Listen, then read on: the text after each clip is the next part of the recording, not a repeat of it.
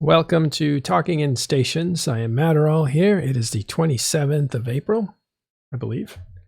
And I want to thank you guys for watching this video. It's going to be a long video, I think. What I may end up doing is breaking this in two. And the reason for that is we're going to be listening in on the town halls and the firesides that happened this last weekend, because there has been a pivotal shift in the war. So this episode is about the war. It's about battle plans, messaging, and some behind the scenes stuff that's going on that we'll try to talk about. We may not be accurate in it, so it's unsafe territory, but we'll do our best to analyze what they're saying, how they're saying it, and what do they really mean. Okay, so we'll get started with... So what I've done is I've taken this stuff off the internet in case it gets just deleted. I wanted to have it. And then I bookmarked what I could of it to kind of break it into fragments. And so what we're looking at here is the audio tracks for a few different things. Let's see. The first one is Gobbins' fireside, since that seems to be what sets a lot of things in motion. So I'll give you the TLDR as of today, which is like about 3 or 4 days after the weekend. Gobbins comes out and does this town hall that we're going to listen to. And in it, he basically says, I know you're all here to listen to 1DQ and talk about what's going to happen now, because the last Keep Star is falling. And so it's all about 1DQ Constellation now. And once we take on the Constellation, after we do that, we're going to take 1DQ. And that's probably what you want to hear about. Let me just tell you, it's not going to be a rush and a push with everything we've got. That's if you're looking for that, you're going to be disappointed. So this came out on Saturday morning.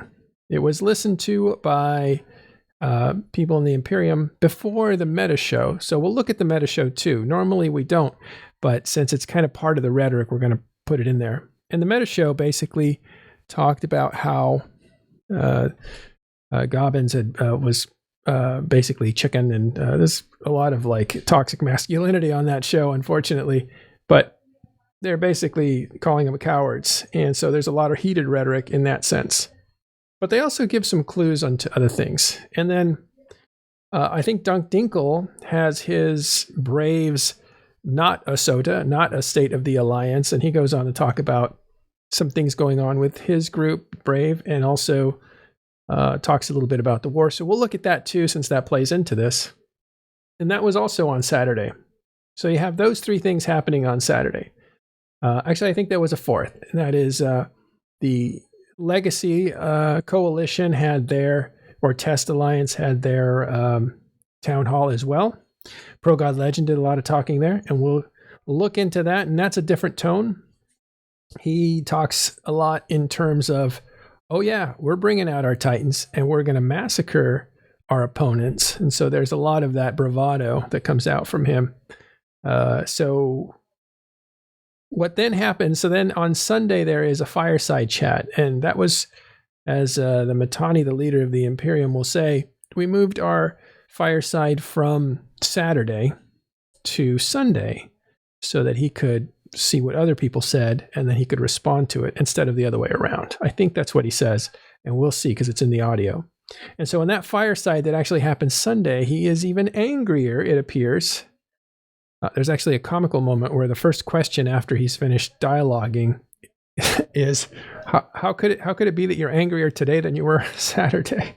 And I thought that was kind of funny. We'll look into that. I think I might have an answer. And he ends up talking in very strong terms. Much of what was said in the meta show is also said in the fireside, which is the Pappy are, again, some toxic masculinity kind of stuff. Small ball, dick on the table, blah, blah, blah, blah, blah, blah. And essentially teasing them into trying to act brashly and rushing in. Because, as we know from everybody that watches this show, if you have been with us this entire time, you know that the strategy is now to take the 1DQ Constellation, which is the last stand. 1DQ system is the last stand of the Imperium. It's a very strong stand with a lot of power in it. Can it resist all this pressure coming from Pappy. That is where the war is at now. This is the messaging that pivots us into that. Okay, let's get started with, and I'll take your questions. We're going to do this in a casual way, so I'll be looking at your questions, and I'll be interrupting the dialogue to the recording to chime in and point some things out. But let's get started here. This is Gobbins Town Hall on Saturday. The goal, as you can see, is made of two distinct objectives. First is to clear the last systems in that constellation around 1DQ, and then there's the assault on 1DQ itself. And the importance of this distinction is because I feel there's a lot of expectation about a big frontal assault on 1DQ coming up with some kind of big fight at the gate. And that is unlikely to happen until those other systems have been rid of. And the way we fight over those other systems, I think, is going to look a lot more like the rest of the guerrilla warfare with which we have broken the other IABs slowly. First in Fountain, then in Quarius, then in Delve. Some kind of massive epic charge. So I think something important to consider is the pace of what is coming next. If somebody is expecting that this is going to be a quick and high sort of activity, large numbers, massive fight, I believe you'll be disappointed in your expectation. Now, about the strategic challenges of taking on this last constellation, I believe as far as systems around 1DQ goes, the strategic approach is very... Let's stop there. We want to point out that is a very important moment. This will get referred to over and over and over again, that he begins by saying, if you're looking for a big fight, you're probably going to be disappointed. And that will get talked about in various ways later on, and there'll be clarifications and such. Similar to what we've already done everywhere else in Delve. So here's the strategy. Which means it's IAB to break under Cynojammers. There's strong enemy presence and high ADMs. But ultimately, one of the reasons why the attacker can eventually win as long as enough pressure is maintained is that the attacker only has to win once, right? You kill the IAB once, and then the Cynogemmer is broken, and if you already had enough momentum and strength to break the IAB, you'll probably be able to keep the IAB. And as you could see for the rest of Delve, once you can Cynogem the system, you can do whatever you want in that system. You can do whatever keep stars, whatever defenses exist there. Having said that, as far as how long this will take, I think the answer depends on when the sort of momentum and the resistance from goons start to wane, like elsewhere in Delve, when finally there's just this one op where they're overwhelmed, and then the IAB breaks. And generally speaking, it's made of a lot of Cynogemmer harassment, a lot of harassment of the fleets running the ADMs, a lot of daily sort of grind until eventually you get the IAB. So this, I would say, in a nutshell, is what the war is going to look like as far as systems around 1DQ goes. And there you have it. The idea is to move in slowly and to whittle things around. And there'll be other details about what the strategy actually is, but he just put it there in a nutshell. It's to take those iHubs one at a time, take the constellation first, take the city capital afterwards. And as far as other detail, essentially expect any small fleets, a lot of harassment, a lot of very important bomber activity, constant poking at the Cynojammers, hostile Cynojammers throughout time zones, plus harassing the fleets that need to maintain ADMs.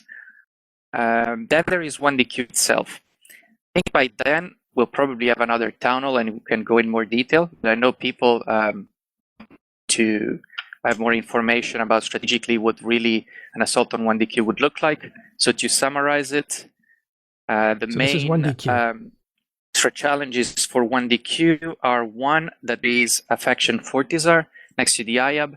You normally cannot anchor faction Fortizar that close, but it's a grandfather structure that has been there since before, I believe, before the stations changed into citadels. And then the other thing is because it's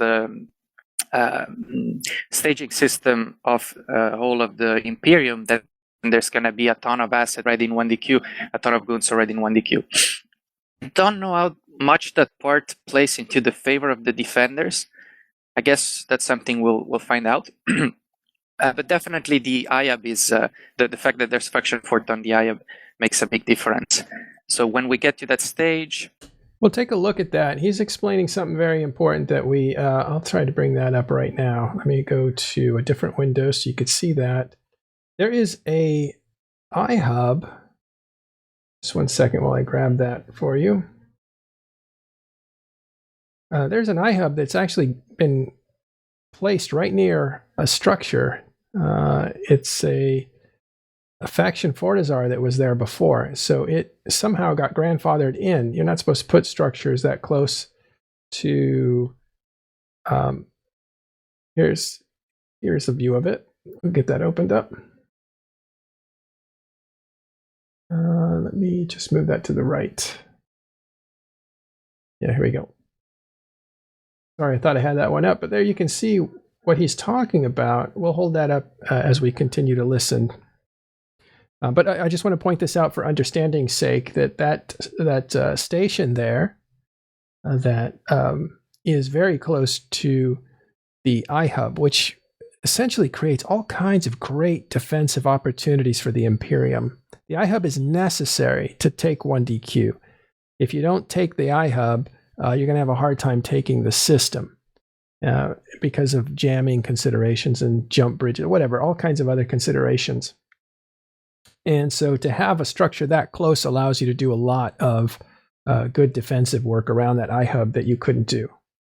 So let's see what he has to say about that. The Masbills. Yeah, I'll go here. So when we get to that stage, I would assume that the initial approach would be similar with the the harassment until the cyanojammers start to be reliably down, and then you start to get some Masbills up and running, some friendly citadels that you can feather at. Then you start to make place for the IABs. In this case, perhaps play for the faction forts first. Let me think if I went over all the very basics of what this part of the action will look like. Yeah, I think so. I can take some initial questions about this part, just very specific 1DQ constellation part. Ilian, do you see any questions? Otherwise, I'm going to read real quick. The main thing that seems related to the 1DQ's constellation, like the taking of this, is people are asking if we expect to see a big super fight going down at all. Okay, so they ask about the super fight. We'll get into that in just a second. I want to just answer some questions here from you guys. And I see Hirebrand says, Matterall, can you explain why it is important? He's referring to the proximity of the faction Fortizar near the iHub and the importance of sky netting. And I'll do my best. Hold on a second. Let me grab that other. There we go. I believe Skynetting, I think Skynetting, the way I used to know it was if you were in a pause and you had a carrier just outside of the pause, you could project the fighters. You could command the fighters to go fight and follow somebody else. So you would have a small ship followed by fighters from a carrier that's sitting safely behind, very, very far away. And it used to be that you could do that all over the system. And so you had very fast moving frigates accompanied by a group of fighters, and you could just annihilate NPCs. Well, that got nerfed after a long time. That was Skynetting as we used to know it. Skynetting in this situation, I think this is what he's referring to, is how a lot of structures are destroyed these days. You basically create structures around the structure that you're targeting, and that is where your carriers will sit and be tethered and be safe with, and then they project their fighters onto the targeted structure and start to destroy it. If you've ever seen a fight in EVE Online covered live, you will see a swarm that just looks like a cloud moving towards the structure, and then it circles the structure and starts to destroy it. And what that is fighters that were deployed to go and destroy something, while the ships that deployed those fighters sit very close to something like this, a structure, a faction Fortizar, And if anything goes wrong, like they're being attacked or jumped, they basically call back their fighters and they dock up, or they will tether up and be safe. So that's what Skynetting is here. And what he's saying is that this faction Fortizar allows tons of carriers to sit on it, maybe even super carriers, and project their fighters into this area to defend that iHub, which is incredibly beneficial. Okay, we're getting back into Gobbins asked his first question, which is, what about this big fight? Why aren't we going head on? And what you'll hear him say is, well, it doesn't work that way. You don't just say, we're going to take our Titans and fight head on. That's just bravado. He says the reality is that nobody fights that way. What happens is that somebody slips up or something happens. It's a miscalculation, and both sides feel they can still win, and they both jump in and tie each other up in a gigantic, colossal fight. That is what happened in M2. And he says that's how you may see a Titan fight, but it won't be planned. At any point? The short answer is no, if you ask me. But it's important to remember that super fights often happen not because somebody can them. Because I think at the strategic level, it were up to, say, the people like me and the people like me on the side of goons, to both agree that a super fight should happen. You almost never have both sides sort of coming to the conclusion that, yeah, we should definitely take a super fight here. What has happened in this war is that most of the fights in which a bunch of supers died and a bunch of supers fought are either the case of M2, where we were supposed to go in with Cynojammers, and it wasn't the most important Keepstar, as you know, but then Cynojammer forced early on, partly because of our sloppiness, and then we decided to go in anyways, and then Goon started jumping some supers, but in tether, kind of like testing the waters. And then we followed up with our own supers. And so what I'm saying here is that if you had asked me, do you expect a super fight over M2? I would have also said no. Then a super fight happened. So the answer is that those kind of things are very unpredictable and really depend on DFCs at the moment and what's happening. And often also how bored people are. If there's a lot of pent up, sort of appetite for using supers, they haven't been used in a while. It looks like the enemy's weak or whatever, and then it's like, yeah, let's drop supers here, and then that's how you get the super fights. Or another example during this war, I think earlier on, was when Asher was trying to set up his trap, and then we got a few skirmishes, supers in I think it was in Aquarius, right? And we traded a few supers, and then they sort of retethered or bailed. That also is not something where one would have expected before, and you see a big super fight. Gobbins is actually wrong there. It wasn't in Aquarius. It was in Delve. That was YZ9, I believe. I've been wrong about that, but it is YZ9, I'm pretty sure. And that is what he's talking about there with Asher. That is the FC for Goon Swarm. He set up what was a boson trap. And so Asher was allowing the escalation to continue. He didn't retreat from the escalation because he had a trap that he wanted to spring. And that did lead to a huge exchange of dreads and motherships or super carriers and even Titans that he trapped with, or actually they got trapped and destroyed, but that was like 20 Titans destroyed there. The point is that was on purpose, but it was a stealth move. It wasn't an outright head-on collision.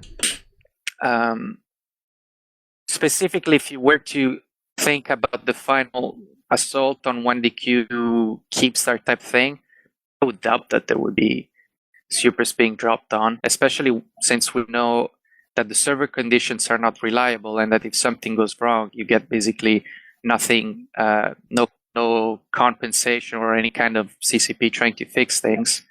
There's only so much they can do. So yeah, that would be my short answer. Strategically speaking, I don't see it, but the reality of the war is that very often super fight can happen, spark out of anywhere unpredictably. Okay, so we're moving on to Ilian, did you identify server any stability. other questions? Otherwise, I'm scanning obviously, here. one question that was coming up was people asking if CCP has committed to anything regarding server stability after the slight disaster that was the second M2 timer. They can't. It's as simple as that. If they could create servers or any kind of environment in which can guarantee a fight of size, they would. We tried to ask them if other changes could be made where it's not about improving the hardware, but perhaps spaceships load or giving the attackers a way to load safely. And we've had some CSM's discussions about that. I would say it didn't really go anywhere in the sense of making new mechanics. First of all, changing it now during the war will be very partisan one way or the other. It's very hard to design. Let's say that you wanted the attacker to be able to load their Titans in range of the Keep Star while being safe tethered. You would need some kind of deployable or whatever that lets you tether in space outside of a hostile Keep Star at any time, and that is invulnerable for hours, several hours. Otherwise, just trying to figure out a technical approach to this, it's very tricky and almost impossible to balance at this stage of the war. What they were helpful and cooperative with was reinforcements of nodes. So particular with M2, we kind of fought with them a little bit to get the M2 node permanently reinforced. And to their credit, they kept the M2 node permanently reinforced for as long as until we extracted. And also, when there was problems with reinforcement, I don't know if you remember, there was one attempt in 1DQ where we this is interesting with a remap that the T5Z and some of the systems outside 1DQ on the same node, and it was a fight over some IAB, or was it? Anyway, I remember we were fighting in tie-dye in the 1DQ constellation, and we had a problem that our reship was affected by the same lag, but 1DQ wasn't. And okay, so what he's talking about is a situation where there was lag for their guys, but there wasn't lag for Imperium guys. And he'll explain why that happened and how tricky it is to get the node situation right. And the nodes are the servers that the game is played on. And when you play in a game with this many people, that's a consideration to the generals that are going into battle. How is the space weather? How are those servers? How healthy are they? Can I rely on them not to melt down and kick everybody out of the game? Another example where they were quite cooperative. They explained to us why this happened. They explained it was because somebody requested T5Z to be put on a reinforced node, but T5Z and 1DQ are permanently already on reinforced nodes. So the problem is if you read them twice, as well as requesting other reinforced, based on the extra node availability that they used to remap, might end up with T5Z remapped on the same node as the ones you're fighting in. I want to point out that asking for a node to be reinforced is something that happens automatically, I believe. You request it, and I think an FC can request a node being reinforced if there's going to be a big set piece battle. And I believe it's automatic. I'm not sure it's human eyes that look at it and say, okay, let's reinforce it. So it's an automatic process because it can happen at any time during the day, right? It can happen when everybody's asleep in Reykjavik. They don't have 24-hour people on the server, I think. I'm not sure. But I did hear that it was an automatic process. So when the FC requested that their system be reinforced, it was already reinforced, so they just doubled up the reinforcement on the node, and that caused more lag. Something like that is what he's just explained. So they explained this to us. We sent a ping so that the FCs don't mistakenly double reinforce the node, which is a negative in this case. And yeah, what I'm trying to say here is that CCP has been cooperative in the things they can do, which is, I guess, assignment of nodes. But otherwise, there really isn't so much more they can do regarding guaranteeing a stable server. And while we're on the topic, besides the obvious, kind of catastrophic server outcome, which is one of the two parties don't get play at all, like, of course, okay, you can't load, you can't do anything, which, however, is, I would say, rare. We've only seen it once and only with extreme and insane numbers. That's the M2. There's another one that is, I think, a little more common and more concerning to me in some of these cases, which So he says, like, as we've seen in the past, the M2 was a complete disaster for the hull timer. It was a fantastic, amazing battle for the armor timer.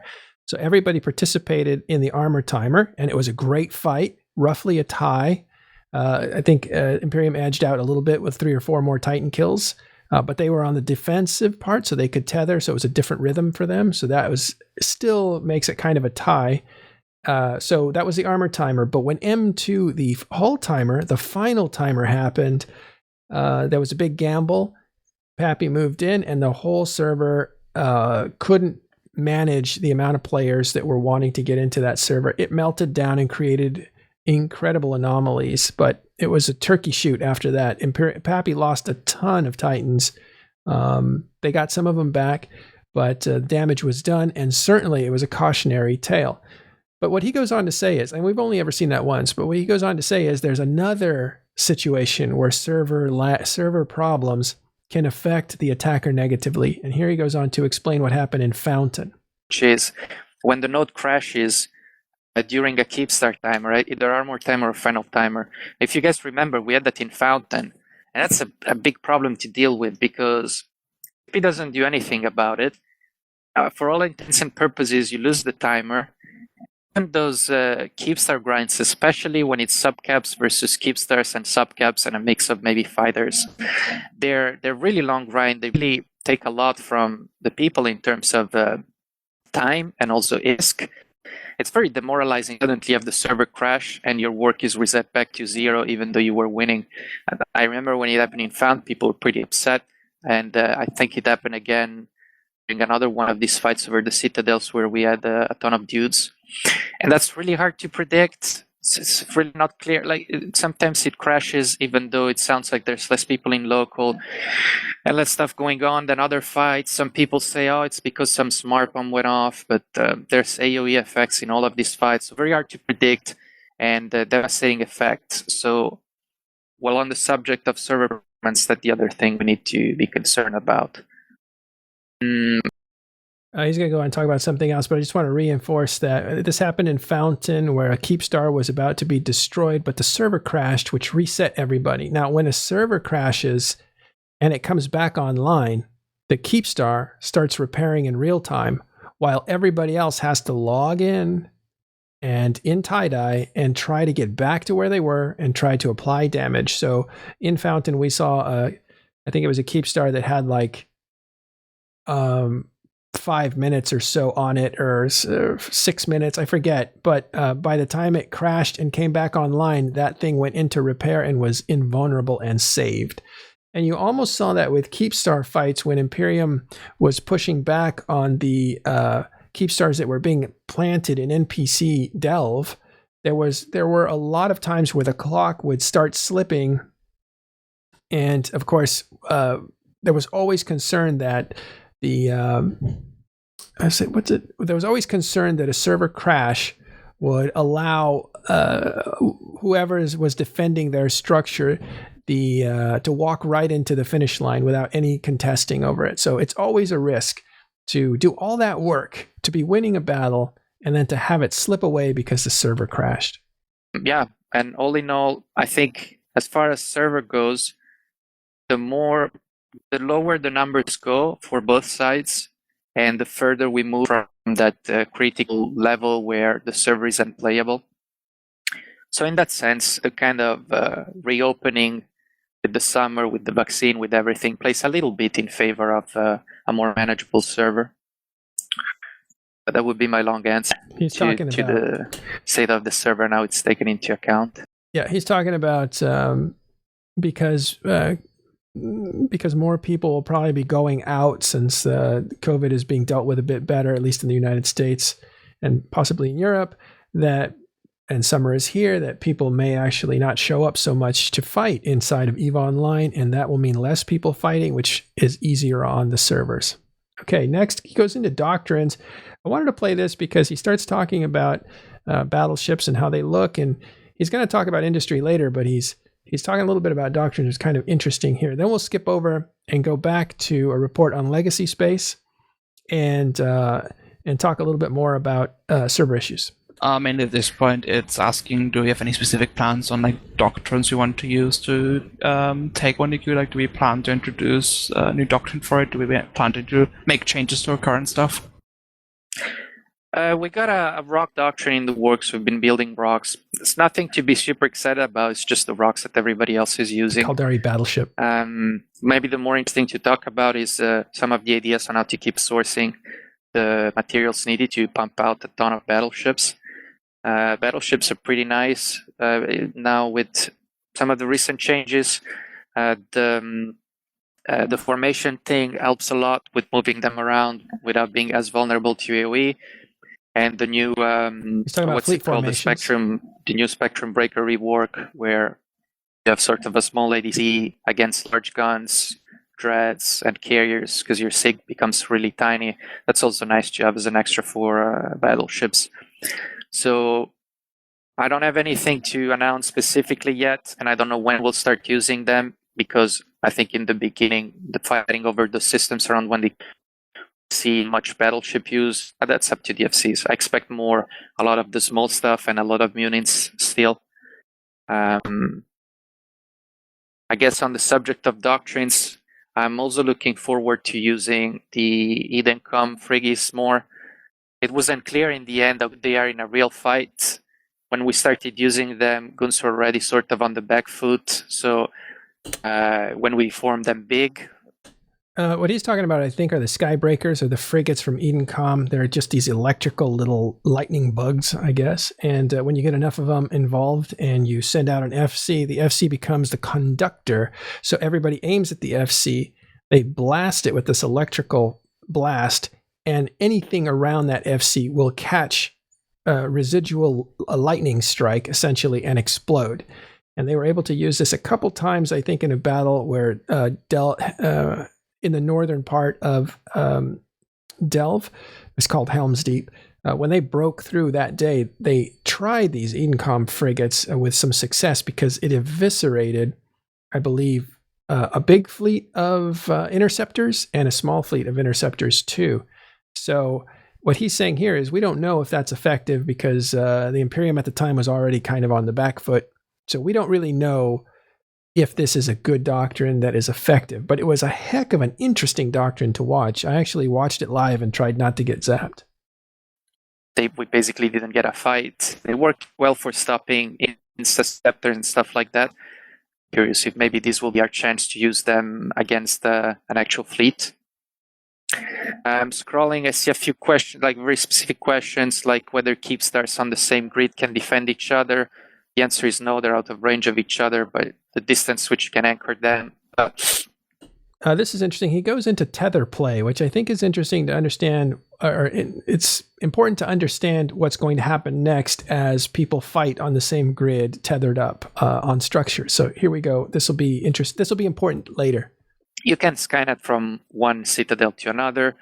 Another one asking if we get a fort up, if we can use the big ship there. Yeah, for sure. I see any kind of tether play will be used heavily by both sides. Anytime you can get a citadel up. The M2 model shows you that when we were able to anchor those first Asbels on the M2 IAB, that helped a lot, taking control of the IAB and eventually reinforcing it. All right, thanks. I just wanted to point out, he just talked about Skynet again, and we explained what that was earlier. And you have tether play when there are two structures on a field that both have people who are fighting. So you may see a lot of tether play where they hover around their structure and send out the drones and the fighters. So he's going to go on to talk about server stability again. This is worth listening to as well. Somebody asking if CCP will fix the game. I think they're doing their best to improve the game mechanics-wise, and at the technical level, whatever new technology is available, I'm pretty sure they're trying to invest into it. They're interested, that those, what was the name of that company that had these tests with massive numbers of players? Yeah, thank you. That, they're always looking for new possible solutions, but if you expect something magical to happen in the next 6 months, where suddenly the server makes This giant battles very smooth. I don't think that's going to happen. Somebody asking about the churn of SRP.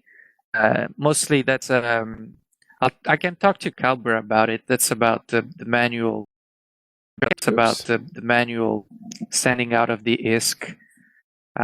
If there's a lot of fighting, very active, huge fleets being churned, I think Calber's been taking it upon himself to try and do the SRP immediately. Whereas when it's slower, so we'll skip this. Buy your doctrines again. And here he's going to talk about one concern I've seen quite a few times is people asking, what can we do if goons decide to just log in like 5,000-6,000 people every time we try to engage in 1DQ and preventing us from entering the system at any reasonable rate?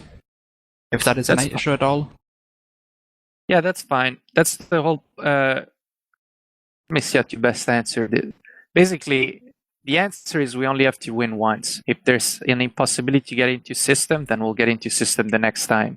Well, this is something. Okay, so the question, as you've heard, is what if the Goon Swarm overloads the node by logging everybody in? They have thousands of people, so that would overload the node, and they could constantly defend their territory without even fighting.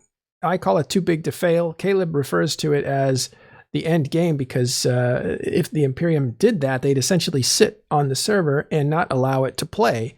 And at that point, there is no victory condition that Pappy can win. So he thinks it'll never ever happen. The victory will never ever happen because Goonswarm can do that. So the answer to that I've heard from Pappy, not just Gobbins here, but most from VIly, from anybody who describes it from their leadership point of view, is we only have to win once. They have to show up every time and win every time. So he's saying there's going to be, over time, a decay of participation from Imperium. There has to be, because of real life. And so that's why this point is important. But he'll talk about them only having to win once. You will hear that from Pappy's leadership. That's their narrative. Every step of the way in this war, when we went through some kind of choke point, whether it was breaking the first system in Fountain, or whether it was getting the first Keepstar anchored in NPC Delve, or breaking the first systems in Delve, or breaking M2, the first attempts were always met with overwhelming goon response, because they kind of have this pattern of getting everybody really amped up for, oh, it's coming. And then they will form massively the first time, absolutely massively. And then again, they will have a ton of dudes the second time, maybe the third time. But then every single time we did this, their numbers start to taper off. And eventually, like I said, you only need to break that tie up once. You need to get that Keepstar. You only need to get that Keepstar anchored once. And so progress comes afterwards. So that's the simple answer. If they have 6,000 people, and the node is unplayable, I doubt that leads to a fight. I doubt we'll be again in any situation where we have to take the fight because a bunch of supers were locked off, and so we have to sort of get the second stage of the fight on, and then that's it. Simple as that. If they can keep the 6,000 up forever, then they'll be able to protect the system forever. And if they don't, then either the IAB will fall, the Cynojammers first will fall, and then an Asbel pops up, and eventually the system will be done with. Let me see. There have been questions about how the industry changes will affect our strategy. He actually won't talk about industry there. He ends up diverting to talking about actives and how many active players there are. Well, we'll play through that. And again, over the weekend, there were numbers put out. We showed them yesterday. I'll get them back up on screen while he talks about this part.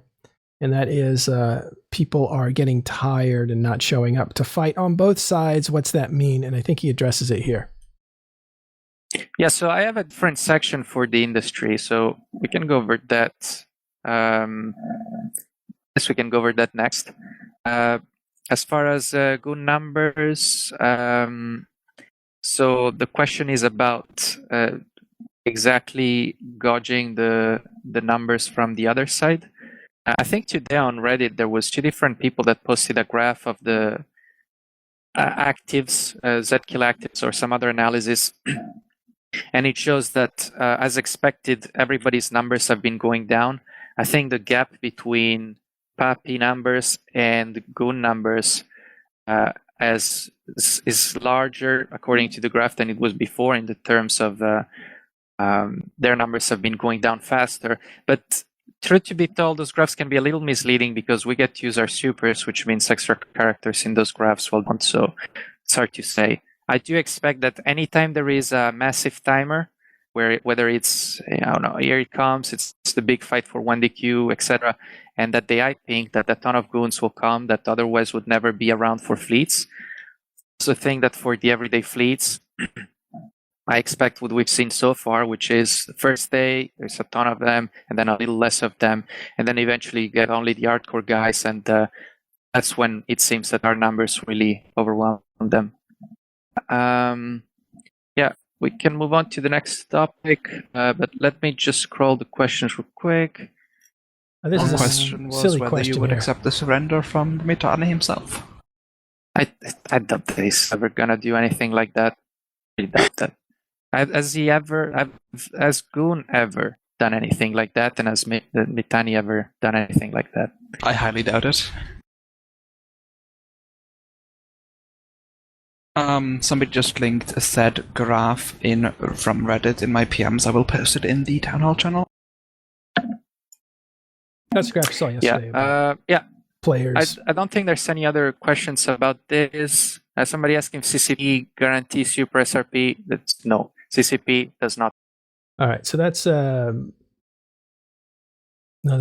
throwaway question. But there's also, he goes into Delve and Legacy. I'll play just a little bit of this. Actually, just a little bit. Then I'm going to show you the TLDR. We'll go about the industry next. But real quick, let's get this out of the way. I want to talk about the map situation and what's going on, just so people can be caught up. And this can be done very quickly. I posted this picture first, but if you didn't open it then, can open it again.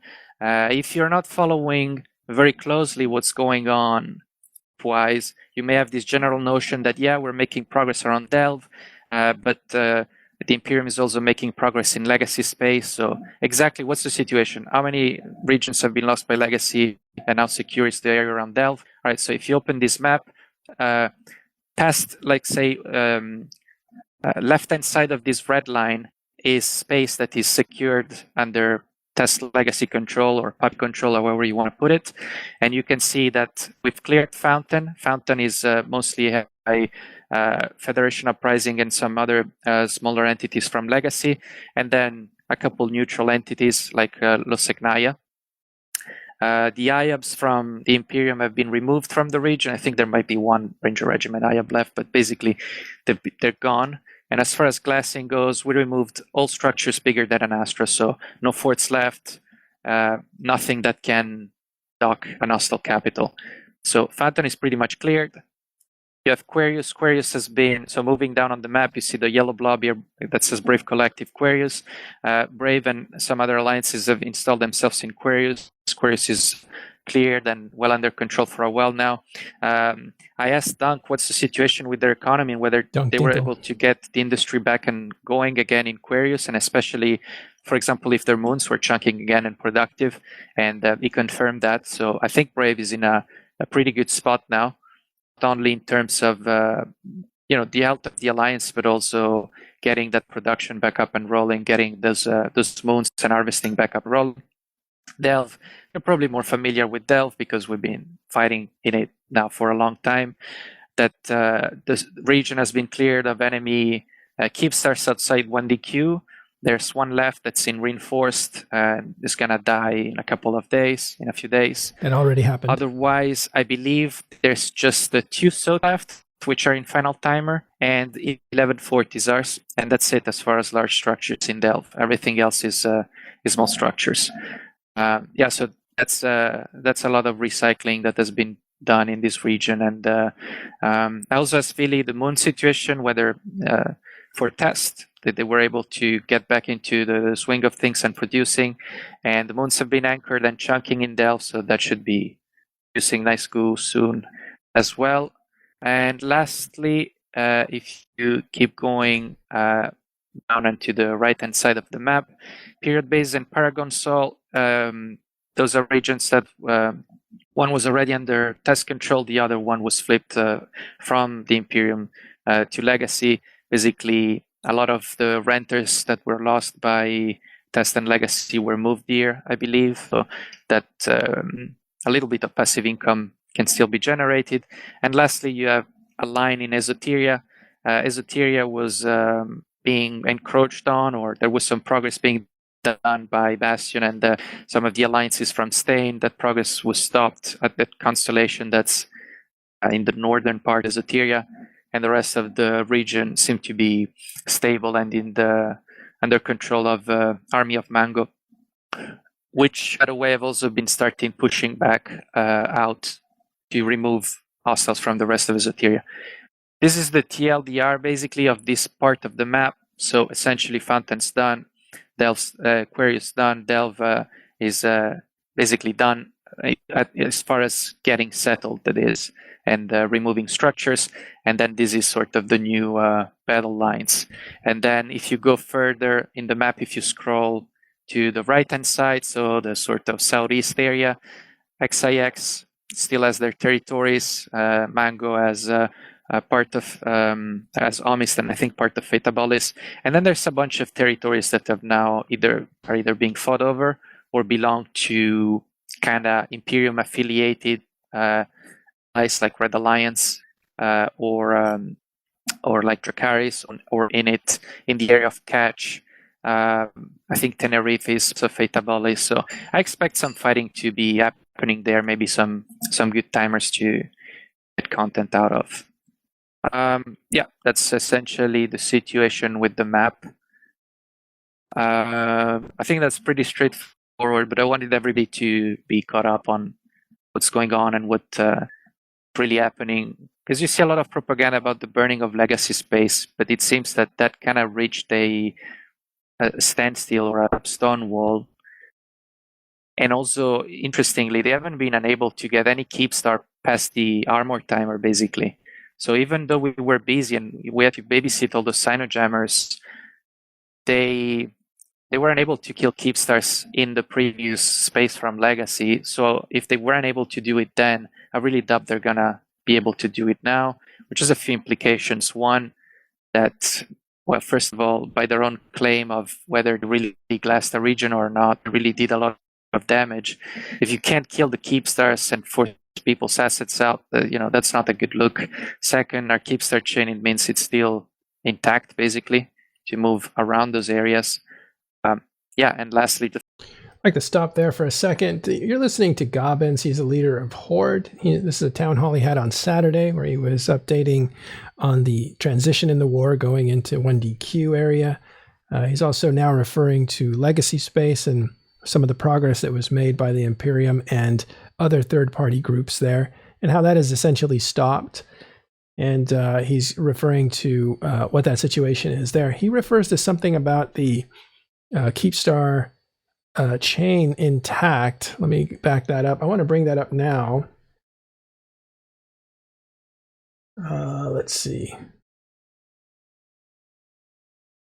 Sorry, lots of windows open. Yeah, here it is. Just so you can see what he's referring to, because this is a massive chain of Keepstars, which means Keepstars in this case is important. Why? Because it is a travel route that is 100% safe for Titans and for supercarriers.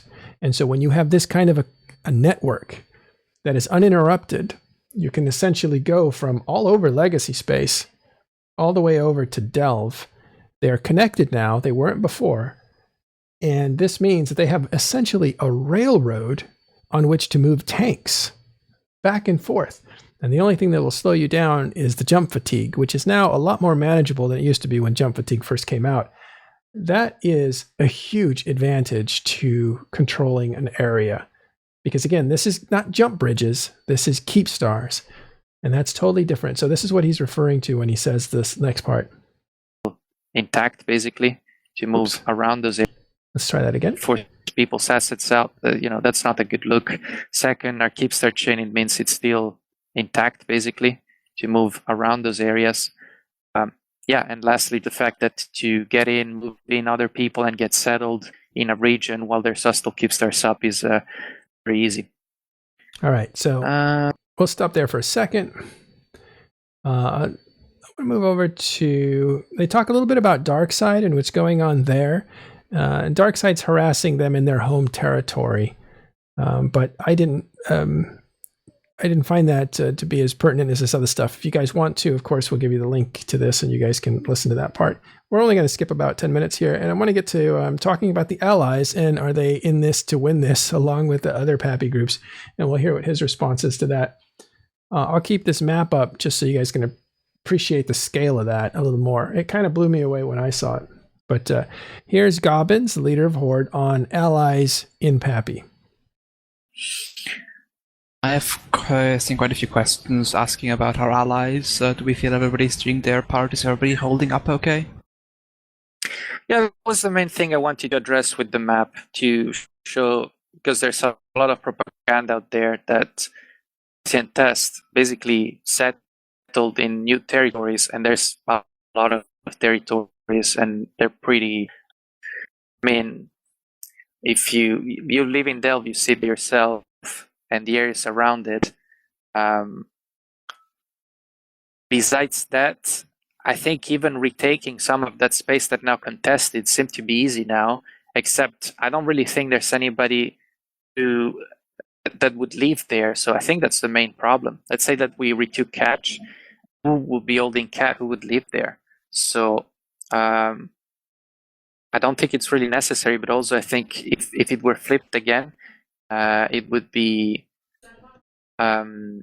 possibly a waste of effort, because then with nobody to live there, it would just be low ADM IABs and flipping back and forth.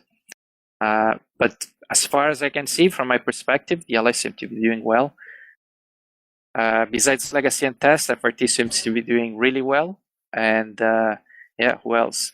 And CNPL, I think, can see as one of the most stable and active sort of I numbers in those graphs that track the persistence of activity from Zkill. So we can move on to the questions about industry and about how the economy has changed, unless there's something else. But yeah, you can write down questions about older topics, Ilian, if there's something important. I have quite a few noted down about industry stuff. Okay. Main one, obviously, that was asked first was, with the industry changes incoming, do we expect the roll calls to be relevant again?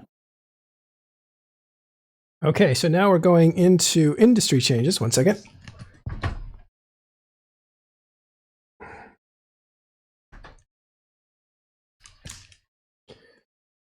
And I'm not sure how much further to go, because this thing goes like a full hour. We've done a half hour, and it's taken twice as long because I'm interrupting for commentary. I believe that's the end of the war part of this. And so the rest of this may be very interesting for people interested in Gobbins' point of view of what these production changes are going to mean. But in the interest of time, we're now going to move to something else. We could go on, but it would take about 3 days to get through all the stuff we want to get through. So we're just going to stop there. I kind of have mixed feelings about it. And we will go to... actually, I'm going to let Gobbins go a little longer on the Orca or the Rorqual change here. And while he's doing that, I'm going to prepare the next segment with Dunkdinkle. Let me get to the industry. There's one question I think is worth addressing that's sort of from the first. Salam is asking, what do we consider one? That's a good question. I should have specified again right at the start. The answer is the same objective that we claimed earlier, which is burning one. Hold on. My bad. So, and Gobbins has done this like 3 times. He's asked a certain question. He says, I'll get to that. And he answers a different question. So he doesn't go on to answer the industry question. He answers a question we're interested in is, what are the victory conditions? So let's listen to that. That we claimed earlier, which is burning 1 DQ. And if you want more details, would say that burning 1DQ entails best, like in the ideal scenario, killing the central staging keepstar of the goons. Otherwise, taking down those 40 czars that we hold a grudge on, that would be a nice sort of mid step if we were to somehow get as far as, say, getting into 1DQ, but we just can't crack that last keepstar. That would be nice too. But essentially, our goal remains 1DQ. Yeah, let's move on to the industry. Let me check my. All right, so that is an important distinction because victory conditions need to be consistent across the board for Pappy, or you may see somebody say, we've done everything we came to do, we're out of here, you guys do whatever you want, and you may see the coalition break up and get weak if they don't all have the same victory condition where they can call it quits and move on. That's just one scenario. So he says basically it's always been 1DQ and taking that on, and he leaves a little, he talks a little bit about specifics of that. Okay, one other thing I wanted to show you is, let's go back to this map. We're going to get to Dunk in just a second, but before we do, when he was talking about those numbers, here's the numbers that he was talking about as far as activity. And you can see over here in April 1st that the numbers have really kind of gotten as low as they've ever been. Not too much lower than they've ever been, but similar. Fire Coalition's not really fighting right now, so their numbers are maybe the same, but it looks like the people fighting in Delve, all those numbers have gone down because a lot of the battles are predetermined. So if there's no excitement, there's less reason to jump in. You'll see the Imperium talk about this as being a boring war, but it's more like it's a predictable war, which may make it boring. You're still winning a lot. You're still destroying a lot if you're on the Pappy side of things, but you're not getting a lot of surprises. Now that we're turning into 1DQ, that may all change. But that is the thing that he was referring to that was pasted. Okay, let's move over to Dunk Dinkle. Let's see if I can start this right at the right place. Now, Dunk has talked about how his guys are in position and they've actually reconstituted. We're not. And, he's thanked some people for doing logistic works. But basically, as Gobbins said earlier, and as Dunk will confirmed earlier in this video, Brave is in good shape. They're in Quarius and they're settled. And they had a really bad spell there as they were transitioning, with a lot of disagreement among the people who were doing a lot of the transitioning work. That was leaked out into the media and really pointed at as a behind the scenes look at what's really happening in Legacy. So they've recovered from that, it looks like. And so he's going on now to talk about, and this is interesting, the war. What's interesting about it, I'll point out a little bit later. Not in a rush. So once that Keepstar is dead, you're going to see us trying to make our assault on the 1DQ constellation. Sorry, unfortunately, when he recorded this, he was away from the microphone, so he's a little bit quieter than I would like. So what I'm going to do is turn him up just a bit. All right, and let's go back just a few. Stars is winding up. We have killed over 40 Keepstars. Comms. We have an awful lot of people in comms, and there are people who are a bit of a chatterbox and don't leave time for others. He's finishing up. I have a piece of paper that says, shut the fuck up. But please shut the fuck up a little bit and let other people have a chance to talk in comms. Every thought that comes into your head does not need to come out of your mouth, nor do you need to fill every moment with talking. So please leave a gap for people who are not so chatty to interact, ask questions on comms. Please, it can be overwhelming when you're new to Brave to be in comms with everybody talking every millisecond of the time. Well, I'll try not to take that personally. I do want to point this out, though, and I couldn't unsee it once I saw it, so I'm reluctant to tell you. But if we look here, he has a little crease right here that kind of looks like cleavage right in the middle of his shirt. And it's an X for brave, but it kind of looks like a bikini. So the whole time I'm looking at this, I'm thinking of him sunbathing on the beach in a bikini with a little cleavage. All right, that's a lot of brave news. Let's go on to the war. The grind phase of killing keep stars is winding up. We have killed over 40 keep stars from the Imperium. I think there's one more to go. I don't know if the Imperium is going to put up a fight on that last keep star outside of the 1DQ constellation, but we will find out. We're not in a rush. So once that keep star is dead, you're going to see us trying to make our assault on the 1DQ constellation, and this will be talked about a lot. It is something that we are going to slowly grind them down and eventually kill all the things that we want to kill. Do not be in a rush. The Imperium is anxious for a titanic battle where they can tip the slides, have another kind of M2 event. They're desperate for us to walk into their trap, and we are not going to do any of that kind of thing. Okay, I got to stop him right here because we need to go back and do the Imperium first. It makes more sense. So I'm calling an audible. You know, we're going to change the plan a little bit. Instead of doing Dunk first, we're actually going to run over to... Let's change the screen back over to our audio player. 1 second. And what we'll see here now is, again, I said we're going to do the meta show a little bit because I wanted to, that's the fireside, so we'll go to the meta show. The meta show happened right after Gobbins' speech, basically. And so, again, I want to refer you to what I said at the beginning. Gobbins said, if you're looking for a big fight early on, that's not what we're going to do. He later went on to say, that's not how things happen. Things happen by accident. That's how you get big fights, when two people think they can win the fight, not by plan. Or you have a trap that you want to spring, so you'll let things get destroyed, and then you spring the trap, as Asher tried to do in YZ9.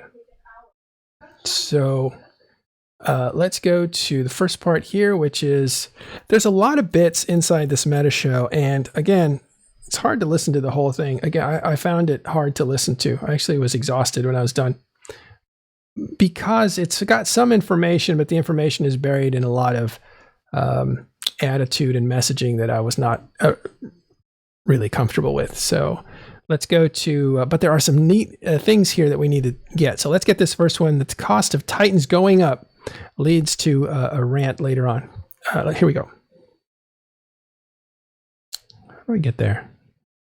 If a Titan is going to cost 350 billion is to Sorry, this is Mittani and Brisk on the meta show. Produce at the end of this shit, it's just like, what is?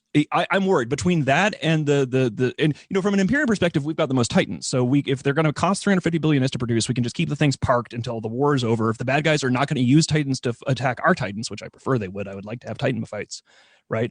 But if they're going, oh shit, Titans are going to cost 350 billion, we're going to park ours, which is sort of what Gobbins seems to have just said on their town hall, that they're not going to bring supers into 1DQ1. They're going to go full coward mode, which is not really a huge surprise. And also at this point, I can't even really say I blame them, because if we don't know moving target wise, how much is a fucking Titan going to cost at the end of this thing? And it doesn't seem like CCB has any idea. Like, I'm just worried. If a Titan is going to cost 350 billion is to produce at the end of this shit, it's just like, what is? I'm worried between that and and you know, from an Imperium perspective, we've got the most Titans. So if they're going to cost Sorry, got away from me. It actually looped back. I missed that because I was typing something. Okay, so he's talking about the high cost of Titans now changes the equation, because now you have very expensive ships, and now you don't want to lose them, not even for fun. So what happens with the meta show is it kind of goes on in a very analytical way, which I thought was pretty good at the beginning. You have Mittani who's one of the smartest players in the game, that is in control of a giant group. But, well, let me not overstate he's one of the smartest players in the game. There's a lot of smart players in EVE Online. But he has access to a lot of smart people, and he is one himself. So he's able to extrapolate a lot of things. So anytime he talks, he's making news. And a lot of times some of his stuff is accurate. So you want to like listen to what he's talking about, the as far as the Titans becoming very expensive, therefore creating a situation where you maybe don't want to jump into a big fight.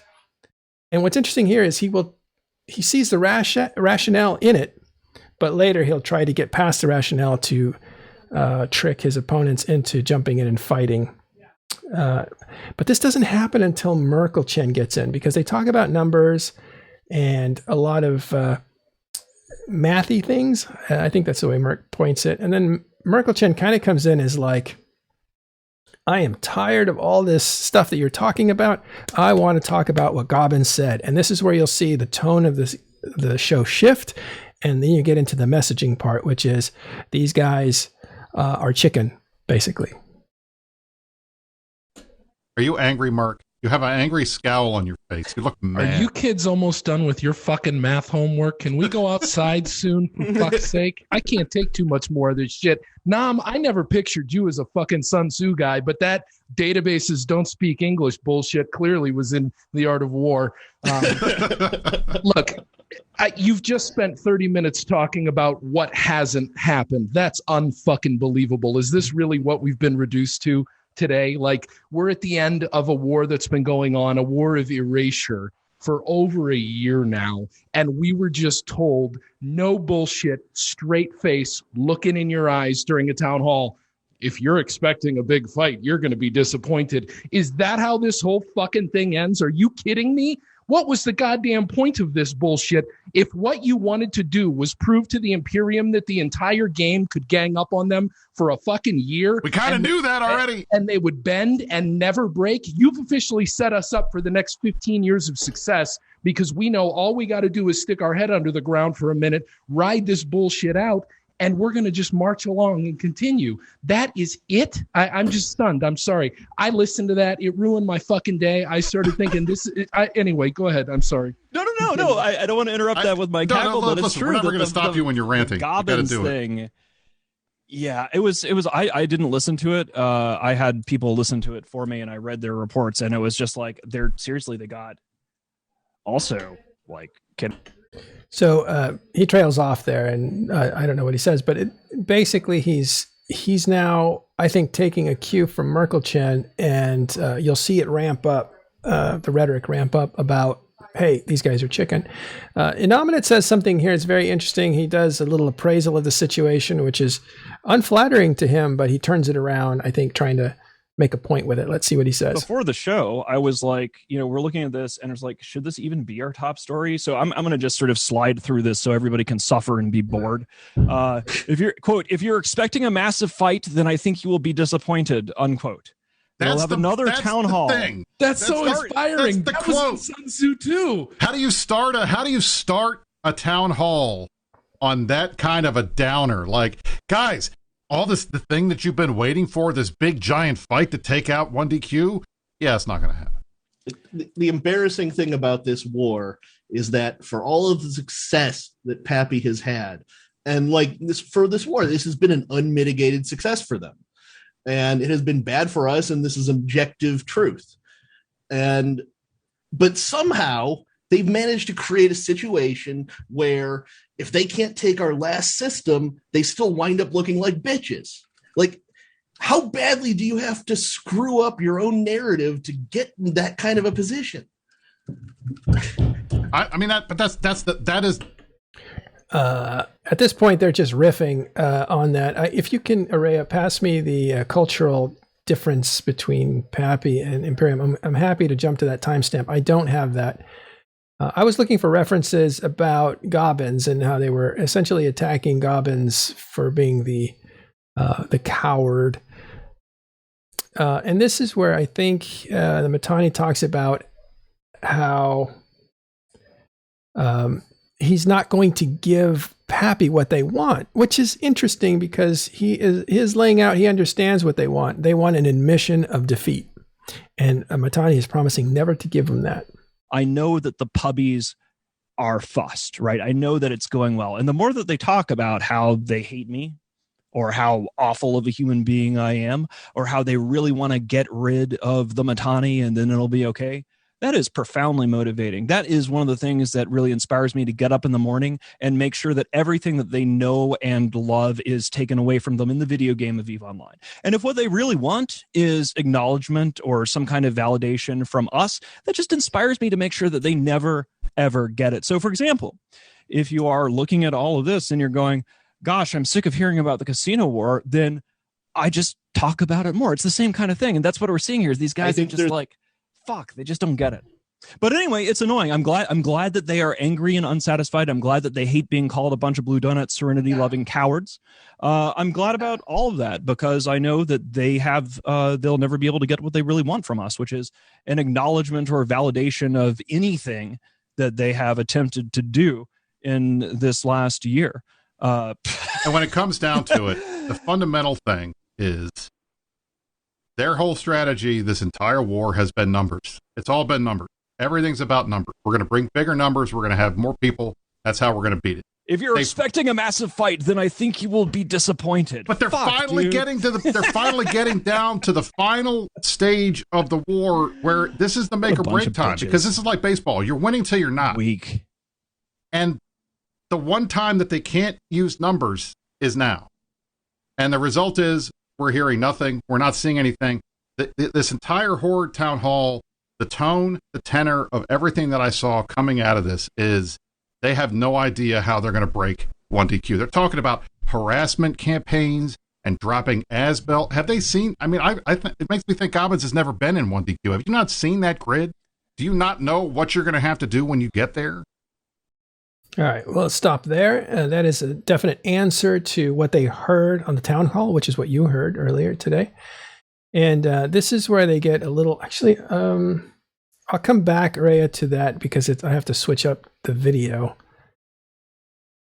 Well, let me try to do that right now. 1 second. So I change formats again. We'll listen to a clip. This is the meta show that was clipped by Araya. I think there's a big cultural difference between us and the rest of the game when it comes to capitals and supers, and you can see it in chat, and you can see it in what Brisk is saying, and you can see it in the way that goons talk about, how they lost a ship in a big fight.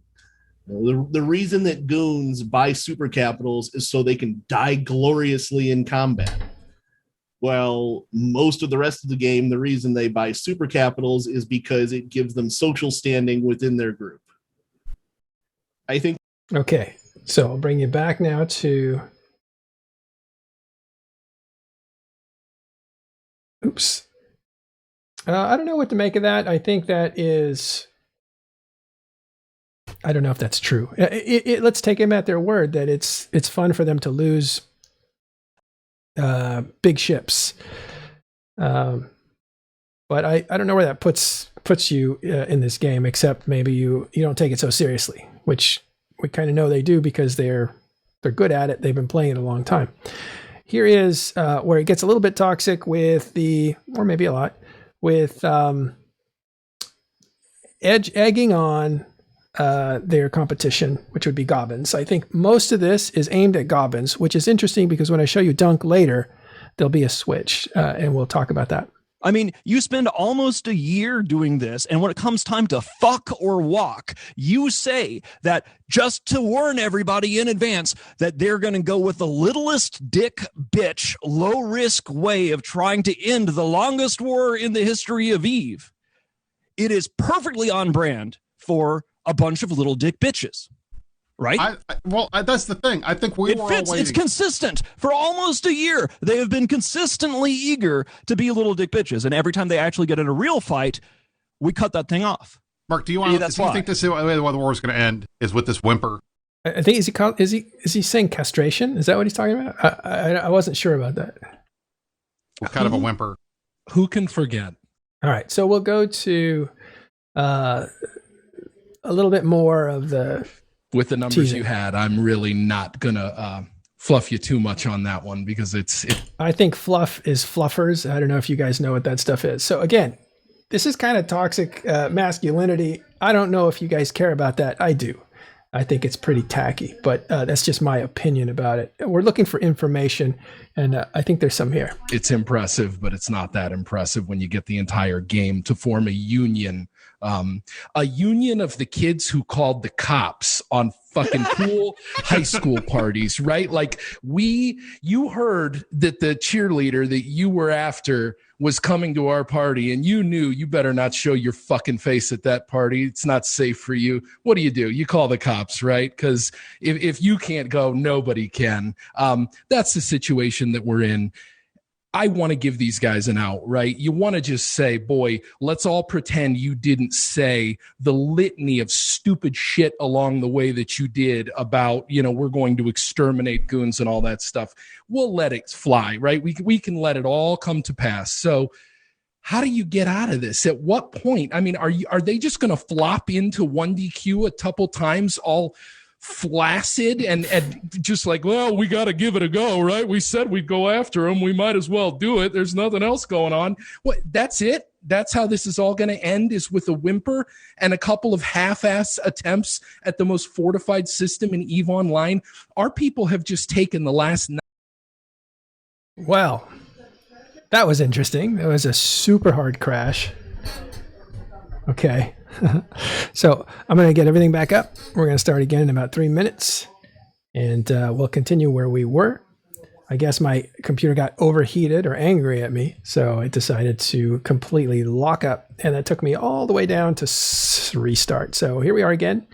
Let's go back to where we were. I'll go ahead and share.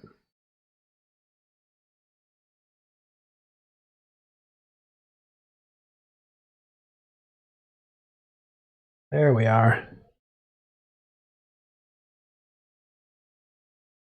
And I'm sorry about that delay. So we were doing the meta show, and we were almost done with it, actually. And you can go and listen. It's on Twitch, and it's a public show for public consumption. And here we were with the next one was something I just wanted to tease Brisk about, because I was like, come on. But this part I thought was a bit much. Hey, baby, if you're expecting something massive, Whoa. I think you'll be disappointed. Whoa. That's not what I wanted. It's right here. Hey, baby, if you're... Hey. All right. Now I fixed it. Stars. I lost a Dread in FWST. I lost a Titan in M2. It's not about what I killed, it's what I lost. I was there. I put my dick on the table. We fought.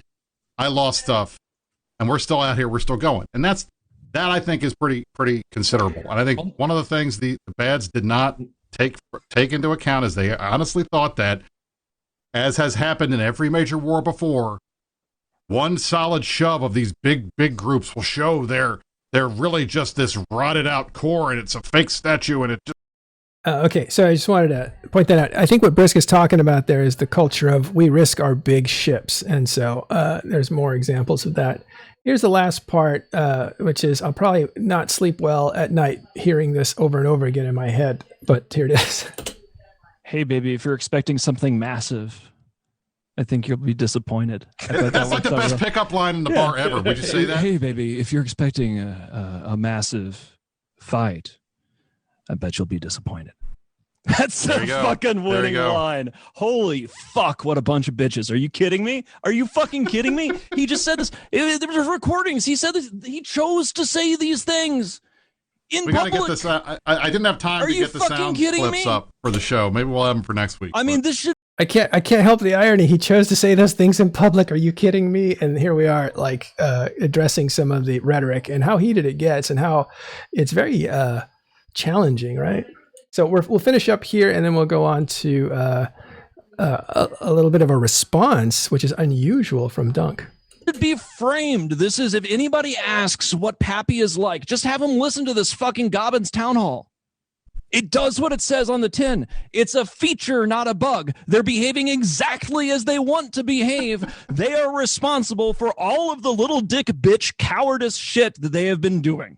When they bring it, bad shit happens. I'm hoping that I make fun of them enough. Maybe they'll be able to find some balls. Maybe they should start wearing Snuggies on live TV too, because it makes it a little bit easier. He trails off, but at the end there, he tells you really what he's trying to do here, whether you condone it or not. He's trying to agitate them into action because, as we'll hear later, a slow creeping death is more dangerous than a big flashbang that Imperium can possibly win. So the idea is to get Pappy agitated enough to make a mistake, to create a situation that gives Imperium the opportunity they're looking for, which is a head-on collision, that they might actually win, and they think they can win. All right, so after that, they just wrap up. That's really kind of the meta show. You can catch that live on Saturdays or watch it. So let's go back to Dunk here. This will take me just a second to fix up. That if you're hearing that in the background, that is my wife having a great time on Zoom with her friends. Okay.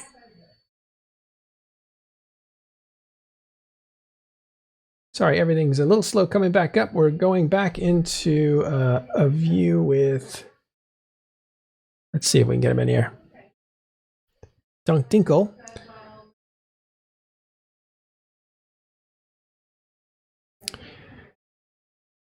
Now, this was recorded on April 4th. I don't know if this came before or after the meta show, but what I want to point out is that all their heat from the meta show is directed at Gobbins. It's not really directed at Dunk, which makes me think that Dunk's message wasn't out yet or wasn't viewed or wasn't brought to Mittani's attention. Mittani says, I don't look at those shows. People watch them for me and report to me. And that's very likely true. But back to Dunk in his bikini, he actually has a message. I think he's aiming for Mittens himself, but he says he is aiming for shit posters from his opponent's side, and he gets uncharacteristically direct. We're not in a rush. So once that keep star is dead, you're going to see us trying to make our assault on the 1DQ constellation, and this will be talked about a lot. It is something that we are going to slowly grind them down and eventually kill all the things that we want to kill. Do not be in a rush. The Imperium is anxious for a titanic battle where they can tip the slides, have another kind of M2 event. They're desperate for us to walk into their trap, and we are not going to do any of that kind of thing. As all of you know, it is the slow blade that penetrates the shield, and we will go oh so slowly, frustrating them to no end until we eventually penetrate their shield and wreck them all. All of Brave is doing great. This has been an exceedingly long war. This is a historic war in all of Eve, and you are all showing up and participating. But we're about to enter another phase. It's going to be a very subcap-driven phase in the beginning here, in which we grind them down and reduce them to a single system in all of New Eden. So I ask you to put your butts in seats, get into fleet, and go grind them down. This is going to be some good times, good fleets. But we're not in a rush. As much as the goons want this titanic battle to happen, we are not going to give them what they want. Now, most of the Imperium players are good people. They like good fights. They have been having fun. We have been having fun. I don't have a real grudge against most of the Imperium people. There is a small cadre of Imperium shit posters, and I'm going to talk to them right now. Okay, but before he does, let's just wrap up the understanding of this. This is a direct answer to what the meta show was selling, which is, hey guys, you guys aren't real men. You need to fight like real men. Come on. And Dunk is saying, we're not going to fall for that. We're going to take it slow. We're going to be methodical. And we're going to, and this is great, I just learned this, the Dune reference, penetrate your shield with our knives. In other words, they're basically going to do it their way. So Dunk, speaking for Brave, a part of Pappy, is saying, we're not going to fall for your tricks, your mind tricks. We're going to take it slow, and we're going to whittle you away into nothing. But now he does something different. He's pivoting here to something extra special, because I think he's going to send a message of his own, which I think is a little uncharacteristic of Dunk, because he seems to get a little bit knife twisty here. But we'll see what you think. So you, small cadre of Imperium shit posters, I just want to remind you of something. That there's nothing you're going to write in an article that is going to save you. There is no Reddit shitpost that is going to save you. There's no brigading of Reddit that is going to save you. There's no insulting nickname that is going to save you. There is no angry comment in Twitch chat that is going to save you. All of it is for naught. And the funny thing is, you know deep down inside that this is inevitable. And that sick feeling you feel while you type with your fists on Reddit or wherever you write, you know you're losing this war. Your goalposts have been moved so much, and you're literally arguing how you didn't want the keep stars. It is pathetic. And to you, the small cadre of shit posters, you are the one that I'm going to relish the most as we move into the constellation and slowly pick you apart bit by bit as our blade penetrates. So, with that, that's my message to the shit posters. To the rest of the Imperium people who like good fights, I will see you on Grid. It's going to be awesome. Okay. And that's it. That's pretty much his message about the war. And I just thought that was a little uncharacteristic, because he's like looking into your soul, saying like, nothing can save you. You're dying. And I thought that was strong stuff coming from Dunk, who's usually very happy and jovial and wants to share drinks with everybody. Okay, let's go back to, now we'll go back to the, do you guys want to stop and continue tomorrow, or do you guys want to keep going? You guys tell me in chat. I think we can make it through without another disaster there, but we do have more Imperium stuff to go, so it might overheat my computer again. Although Dunk seems to have made it through. Okay, let's go to the Fireside. No, the Test Alliance, because I think this happened next. Again, the Fireside actually happens on Sunday. All these things happened on Saturday. So the Fireside will reflect on everything that was talked about on Saturday. So let's go to Progod Legend here. He starts out, this one isn't bookmarked, so it'll be a little looser. Here is Test Alliance with Progod Legend and VIly talking to their troops about the situation in the war. Now, I want to warn you, Progod is a very persuasive speaker, great style, always feels relaxed, but he is not above sending messages of his own. You will see him make little slights and basically ridicule his opponent too. But he does it in a way that just kind of passes by. So it's not so abrupt. Let's see what happens here. Let's zoom in and make sure we start at about the right time. Dun, dun. All right. So everyone, the last Goon Keep Star outside of the 1DQ constellation is in structure and will die in 2 days. Someone record this, please. I think the Sodios are all dead too, except for that Sodio on PS Tech 9. And we are very quickly approaching the time when Goons will have no structure outside of the 1DQ constellation. Delve is almost ours. Aquarius is ours. Period Basis is ours. This is almost entirely our space. Now, we've been talking about this for months, so you guys know the general stakes here. 1DQ has their entire super fleet. If we kill the Keep Stars or kill their super fleet, then this is over. If we kill their super fleet, it's obviously over. If we kill the Keep Stars and their super fleet gets asset safety, it's also over. and this is all they have left now. Now, what we've been listening to their meta show on Fireside all weekend, and the panic, they're putting on a strong front, and puffing. Let me actually stop him there, because now we know that this comes after the meta show. So Gobbins first, meta show. I think I have to ask Dunk when he actually released. So I think we have the order now, and it's important because they are answering each other in these things. So it was Gobbins first for sure. Meta show responds to Gobbins, and now you're seeing Progod respond to the meta show, and later Imperium will respond to this as well. And Dunk, I think, came after the meta show as well. And puffing their chest up, but their policies are starting to betray how panicked they actually are here. The fact that they're actually starting to talk about asset safety and how much ISK they can have and to buy out people's asset safety and stuff like that. Someone figure out who that is and please mute him. I'll skip ahead because that guy's annoying, whoever that was. They're starting to realize how fucked they are, and this is going to get really interesting really quickly.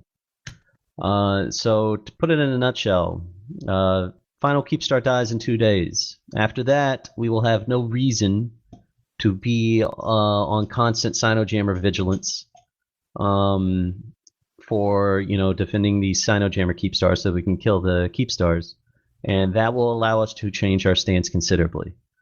The siege of the 1DQ constellation will basically start once that Keepstar dies, but it's going to be a slow build-up relatively. There might be a big fight here and there. It's going to be organic for the most part.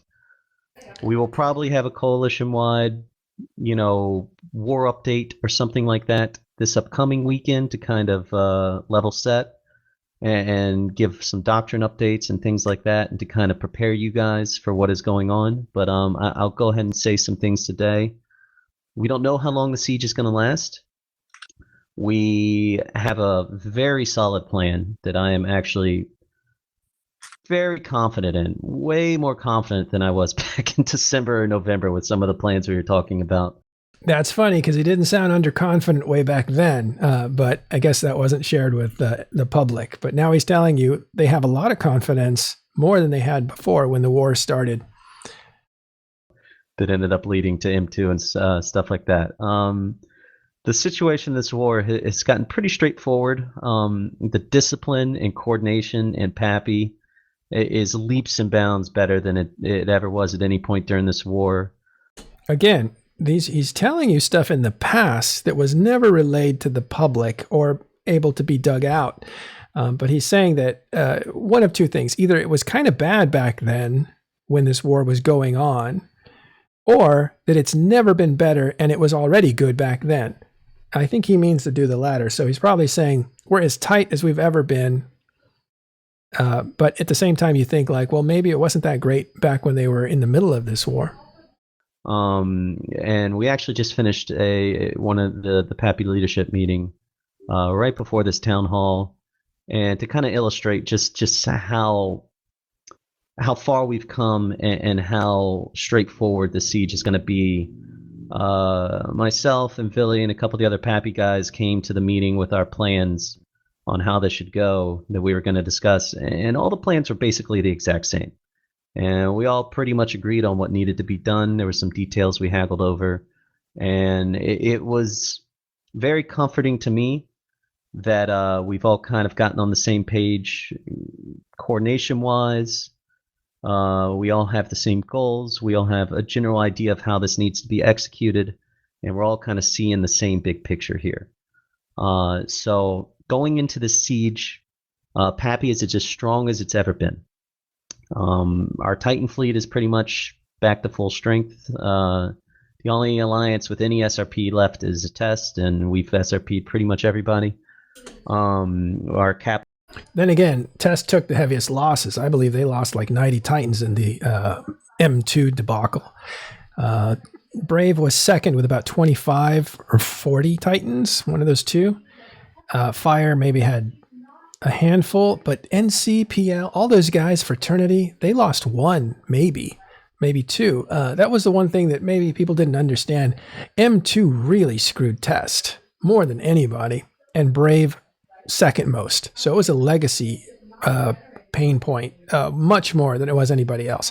So when he says everybody else has recovered their SRP, in other words, replace the Titans they lost, except Test, well, that just makes sense because they're the one that lost the most. But again, those other guys only needed to replace 1 to 5 Titans. Not a big deal back at the time. Capital fleets are as big as they've ever been. We've got, plenty of numbers. We've got plenty of FCs. We've all learned a lot. We've all learned how to work together. And while this will be the most challenging part of the war, from a tactical standpoint, strategically, we've never been in a better position. So while I can't say how long this is going to take, I am very confident that some months down the road, hopefully, less than 3 or 4 maybe. I won't say that's likely, but it's possible, or it could go longer than that. But some months down the road, I am 100% confident at this point that Goons will be asset safetying the last of their Supers and Titans, and reality will be setting in for all of their line members who have trusted Mittani this entire time. That they have given away everything. They've given away all that wealth they built up. Not only did they lose it all in structures and ships and, trusting their leadership and letting it get asset safetied into a station they'll never get out of, but any ISK they had, they were convinced to donate to the Alliance, essentially, by this Ponzi scheme of a war bond situation they did, where they raised way more money than the Pappy Alliances did with their war bonds. And they have no way now to pay that back. This is why if you go read the notes from the meta show, don't watch the meta show. It's insufferable. But there is a dude on Reddit who keeps putting the notes there. Okay, a couple of things there before he goes on to slap meta show. He's saying this scam that they do with the war bonds and stuff, but Test did the same thing that Imperium did. So it was a good idea to collectivize wealth in order to keep the group going from individuals. They collected money and they redistributed it to get everybody into the ships that they needed, because they need the bodies, but they also need the equipment. And it's no good to them if they have one body with 20 ships and 19 bodies with no ships. So you want to redistribute that wealth in order to keep fighting in big numbers. And that's what's going on here. So again, the bonds, and the reason he talks about them not being able to pay those bonds back is because the idea that he's trying to get across is that after this war, they won't have any wealth to be able to pay those bonds back, and therefore it will be money that is lost. So he's going to go on now to something else, and we'll follow up. That's useful. All they've been doing for the past 4 weeks is bitching about the economy. That's not coming out of some kind of altruism or love for the game. Mittani gives no shits about Eve. He only gives a shit about the Imperium. It's been part of the problem for the past few years. It's why everyone got together for this war. They don't give a shit about the economy because of Eve. They only care about the economy changes because reality is setting in that they're not going to have any fucking way to pay back these war bonds, and that they're going to have to go tell their members, sorry, we tricked you, and we can't pay you back. So eventually, at some point down the road, once we've won the final battle in 1DQ, reality will set in for all these Goon line members that they were tricked, by the ultimate trickster himself. And hopefully they will wake up and, a Goon's Orm without Mittani at the head would be very good for the game. But if he doesn't give up power, which he probably won't, then at least these guys may wake up and see that there's a better game to be played out there, and try out some different alliances, try out some new opportunities. So he's messaging in an interesting way. He's saying, this is what I think will happen, but he's playing out a scenario of essentially the elimination of the Imperium, which is what he is the one that he launched in July 4th. When this war started, it wasn't VIly that came forward and said this war is starting. It was actually Progod. And so his messaging was, Goon Swarm bad for the game. We need to get him out of the game. They lock up nullsec in a way that makes it so you can't really do anything else except watch what they decide.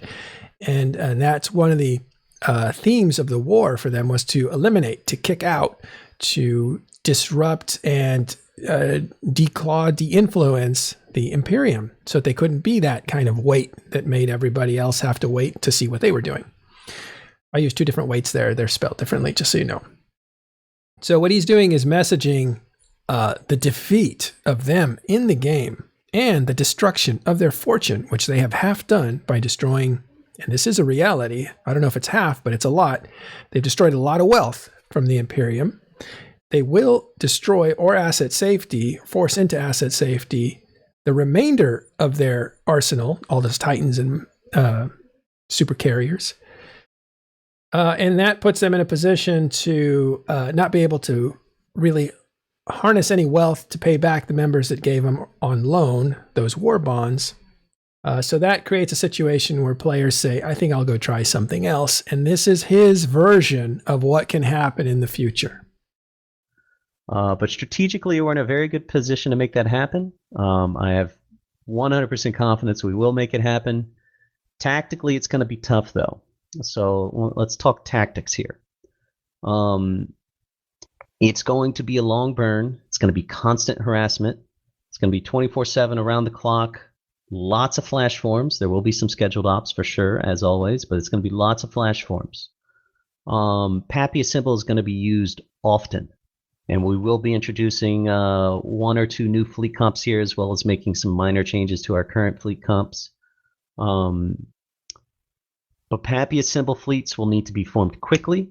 We will need to be able to get 250 people a fleet in any time zone at the drop of the hat, and the best way to do that is through Pappy Assemble. Obviously, we'll still do our test and legacy fleets, and we'll still address some timers outside the 1DQ constellation, but we want to keep the pressure constant. Goons are not nearly as well situated for this as we are. They have a very top-down structure that works for some things, but this kind of 24/7 stuff where you need actual skill around the clock and not just cormorants does not work out well for them. They are going to pay the price for alienating most of their FCs over the years, and their FC team in general. They really only have 2 FCs that are any capable for this kind of conflict, and it's Mr. V and Asher. And unless they take 12-hour shifts, this is going to get pretty ugly for them. So we need to be able to pounce on opportunities when they come up. I can't tell you when they'll come up. They'll be random, unpredictable. Situations will organically pop up where we have to capitalize on a goon mistake. And so Pappy Assemble needs to become just as important as your Test and Legacy Voltron discords.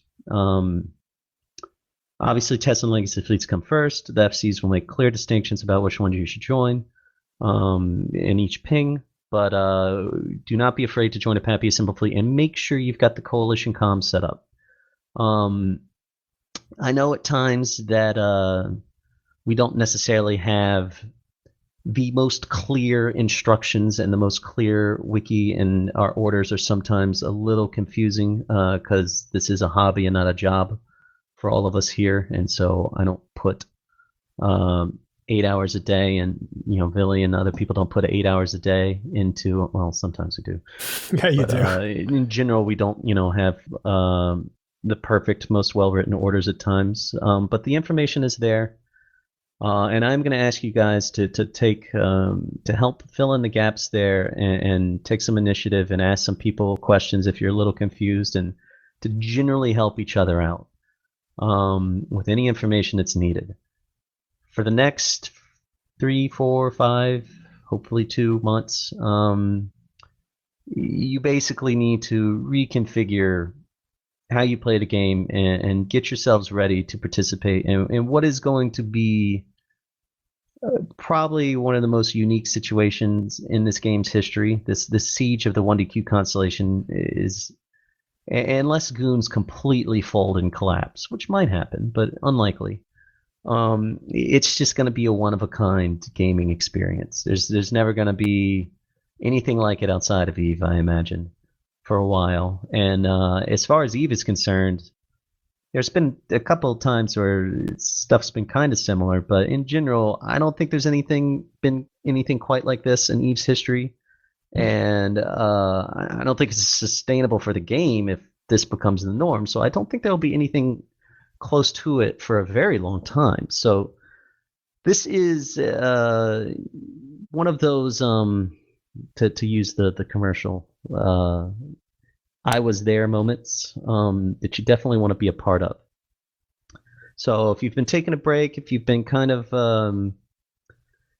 bored with the grind of just burning down everything goons have built up for the past 5 years. No, this is a soft sell, because remember, those numbers have been slumping for everybody, not because the war is necessarily boring, but it's just kind of solved. Those structures have been going down without a lot of resistance, and that makes it a structure grind. You probably heard that. And that means that a lot of people don't show up. If you're not defending structures, you also don't show up. So Imperium numbers have fallen too, and that's why everything's kind of slumped. So this is a soft sell to say, this is going to be historic. It's going to be one of those things where you want to say you were there. So it's trying to get his guys back up and into fleets. Which is understandable. You know, kill mills are nice, but they do get old when they don't shoot back. Then it's time to come back. It's time to get yourselves ready, get your comms ready, get your ships ready. Dot your T's and cross your I's, and get everything ready to go, so that you guys are ready for what is essentially maybe a once in a lifetime Eve experience at the very least. It's going to be pretty exciting. It's going to be tough. There will be some losses, but I have honestly haven't had this much confidence in the outcome of the war since like month 2 or 3. There is just simply nothing goons can do. Here he's clearly messaging not to his own guys. I think he's messaging to his opponent. And what he's saying is, we got this, and we got this. So we'll go back and start again. But he's basically throwing that ball right over the heads of his own guys. There is just simply nothing goons can do. And as long as we don't make a catastrophic mistake, which we've done once already this war, so it's definitely possible, but the conditions are not there again. The Pappy leadership is focused. We're on the same page. We understand how to approach this challenge, and I really like the plan that we've come up with. It's very solid, it's very measured, and it's very likely to succeed. So I would say, this is an exciting time, and considering that the outcome of this war is within sight, at the very least, in that it's there's really not much left to do except drive goons out of 1DQ. Oh, is that all? He is underplaying that, but notice the consistency in messaging from Gobbins to Dunk, and especially to these are very close together here. Progod Legend saying, we're going to do this slow. We're going to be methodical. There's nothing goons can do. And it's we almost got this wrapped up. It's no big deal. And it's going to be historic. You'll want to be there. And so these are all messages to their own guys, but also to the guys on the other side to intimidate them, to say like, what do they know that I don't know? If I'm an Imperium fleet member, what do they know that I don't know? That's the doubt they're trying to place in Imperium's head as far as their people are concerned. This is the crescendo of the war. Now it's going to last a while, but it is going to be a good time at the very least. So the details will come out over the week, and things will change pretty regularly as we adjust to goon tactics and come up with new tactics of our own. But now is the kind of time to get yourself mentally prepared here. So VIly, if you want to pick it up from there. This is VIly. He's also fleet commander for Test. So that was just Progod Legend that we listened to. This is VIly, both fleet commanders for Test and leadership, essentially, for Legacy Coalition, which is a part of PAPI, the invaders in this war. I mean, I think you've hit the majority of the big things. Obviously, at this point, 1DQ is really the big thing remaining. We have, I think, 11 hostile Fortizars left in Delve. Obviously, we want to clean those up post-haste and the last Keep Star as soon as we can. But very much as things are going to be very centered around 1DQ, in a way, they're also going to be... It's going to be very casual, almost. You know, we're in a situation now where that's just going to be our daily business. You log in, you go harass 1DQ, you know, you do what you need to do, you're ready for flash forms, you make some money, you just chill. Like, that's the way we play the game now. And it's going to be good. And the fact that everybody's got some space in Delve now to live in, and, you know, every little bit of Delve is kind of getting carved up and cleaned up is nice. What I am going to say in terms of stuff is that if you don't already have a Tempest or a TFI, make sure you get one. Before he goes on to talk about some of the doctrines they're going to use, notice what he's trying to do. He's trying to reset the normal and say this is going to be a casual thing. And he doesn't mean like, well, I think what he's saying is every day is going to look like the day before and the next day will look like today. In that every day you're going to make a little bit of money, you're going to play your game. This is how we play the game. So the war is not going to jump into this gigantic theatrical big fight that has everything thrown in all at once. He's trying to calibrate expectations to be day in, day out, react fast, have your equipment. And he'll go into the equipment here. Tempests and TFIs are going to be important for us as we kind of prepare for the battleship fleet fights ahead. If you don't have a carrier, get a carrier. If you don't have a dread, get a dread. Supers and Titans, obviously, we want more of, but, you know, I understand the realities of those at the moment. Carriers, obviously, being probably the most important capital for us at the current minute. But just battleships, carriers, make sure you've got them. Make sure you got them stocked. You know, and when I say stocked, I mean don't just have one Tempest in your hangar. Have two, have three. If you can have some spares, it makes a big difference when you're, you know, fighting reshipping in the big time. And we will eventually get to the big time, and certainly battleships right now are not going to be going down in value anytime soon. Other than that, things are going well. It's just, I mean, I had to go, you know, do some real life stuff this week. You know, I had to go teach a course, and like, it was almost like it didn't matter that I wasn't here for a week. And you know, you guys just casually cleaned up more Keep Stars, like. That's how casual it is, right? So again, he's trying to say, like, we got this. We're rolling downhill. We just need to keep doing what we're doing. I'd also like to point out the contrast between Progod's style and VIly, although VIly sounds a little influenced by Progod here because he's giving this very relaxed messaging to his people. But you could sense the difference. Progod has just this very, very relaxed way of FCing. He's very lyrical. He's maybe the only FC I've ever met or flown with that has an incredibly good rhythm to his voice. It makes everybody, he feels very analog as opposed to a lot of people's digital precision and stuff, which makes him a completely different beast when you're in his fleets. So I'm a big fan of Progods, actually. There you go. Like the insanity of what we have done in the last month or two, it's so far out there that like it's hard to even comprehend. You know, we just finished killing like 30 fucking Keep Stars, guys. 30 fucking Keep Stars. Like, you know, however many Sotios, however many Fortizars, how many you know, Tataras and all this other shit. Like, it's just insane. You know, this number that somebody gave me, like, and that is actually somewhat correct, or it's like rounded up a little or rounded to an even number just for, it's like we've been killing 12 structures a day for 300 fucking days. 100 billion structure kill mills every day for 300 fucking days. Like, put that in perspective. It's insane. It is literally fucking insane. And like, you know, it's it's just craziness, man. It's just craziness. And, we're finally looking kind of at the end of the tunnel a little bit. It's going to be a long grind, but there's only a little bit left. And, the structure grinding part of this war is basically over. I mean, obviously there's some structures in 1DQ Constellation that we'll have to kill, but I'm ready for the next phase. I think it's going to be interesting, and I hope you guys are ready for it too. All right. That was VIly, and he, again, does the same thing. This is relaxed every day. We're going to execute. And then he does the litany of damage they've done.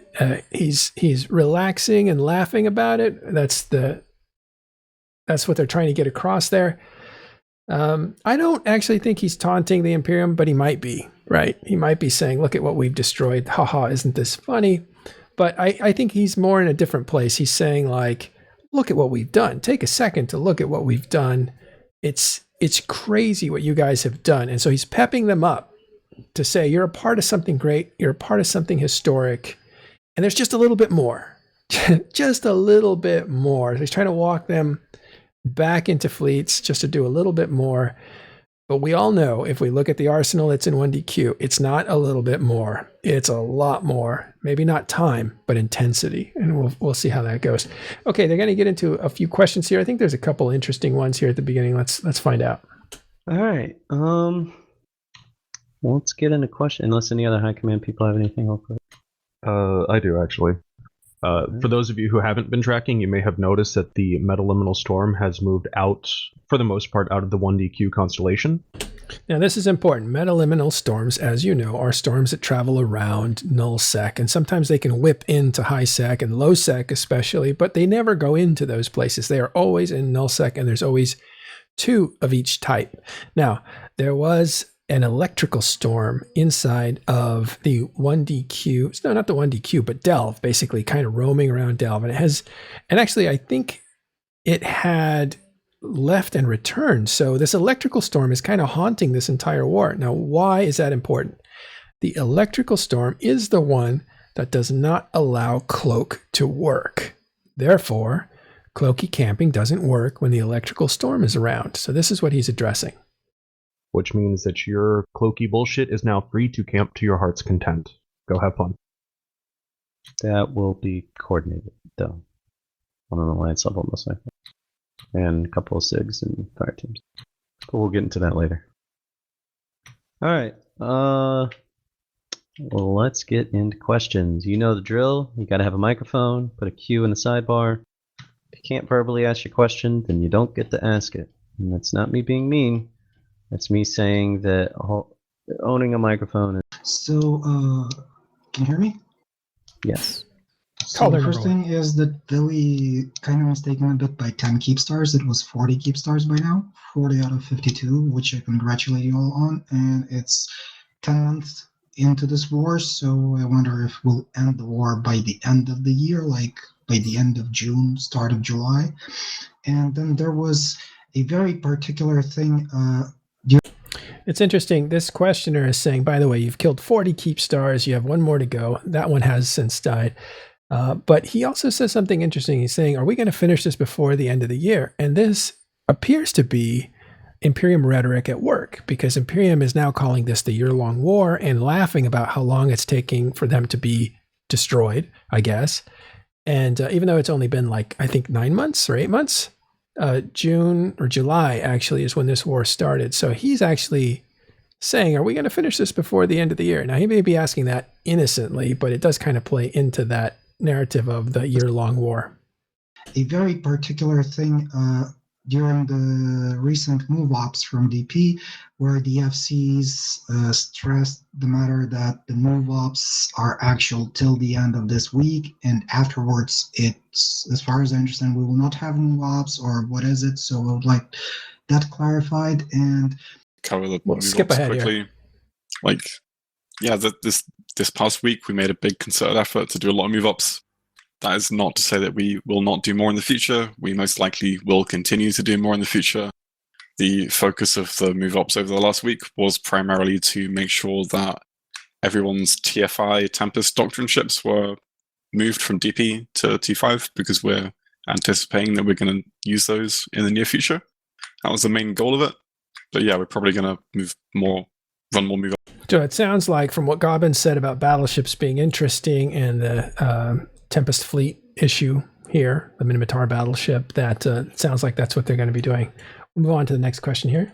Yeah, so you said we killed 40 out of 52 keep stars. As far as I'm tracking, I did put the kind of qualifier of the last month or two when I said the 30.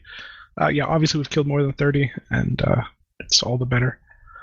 With that being said, do I think the war will end before the year end? I don't know.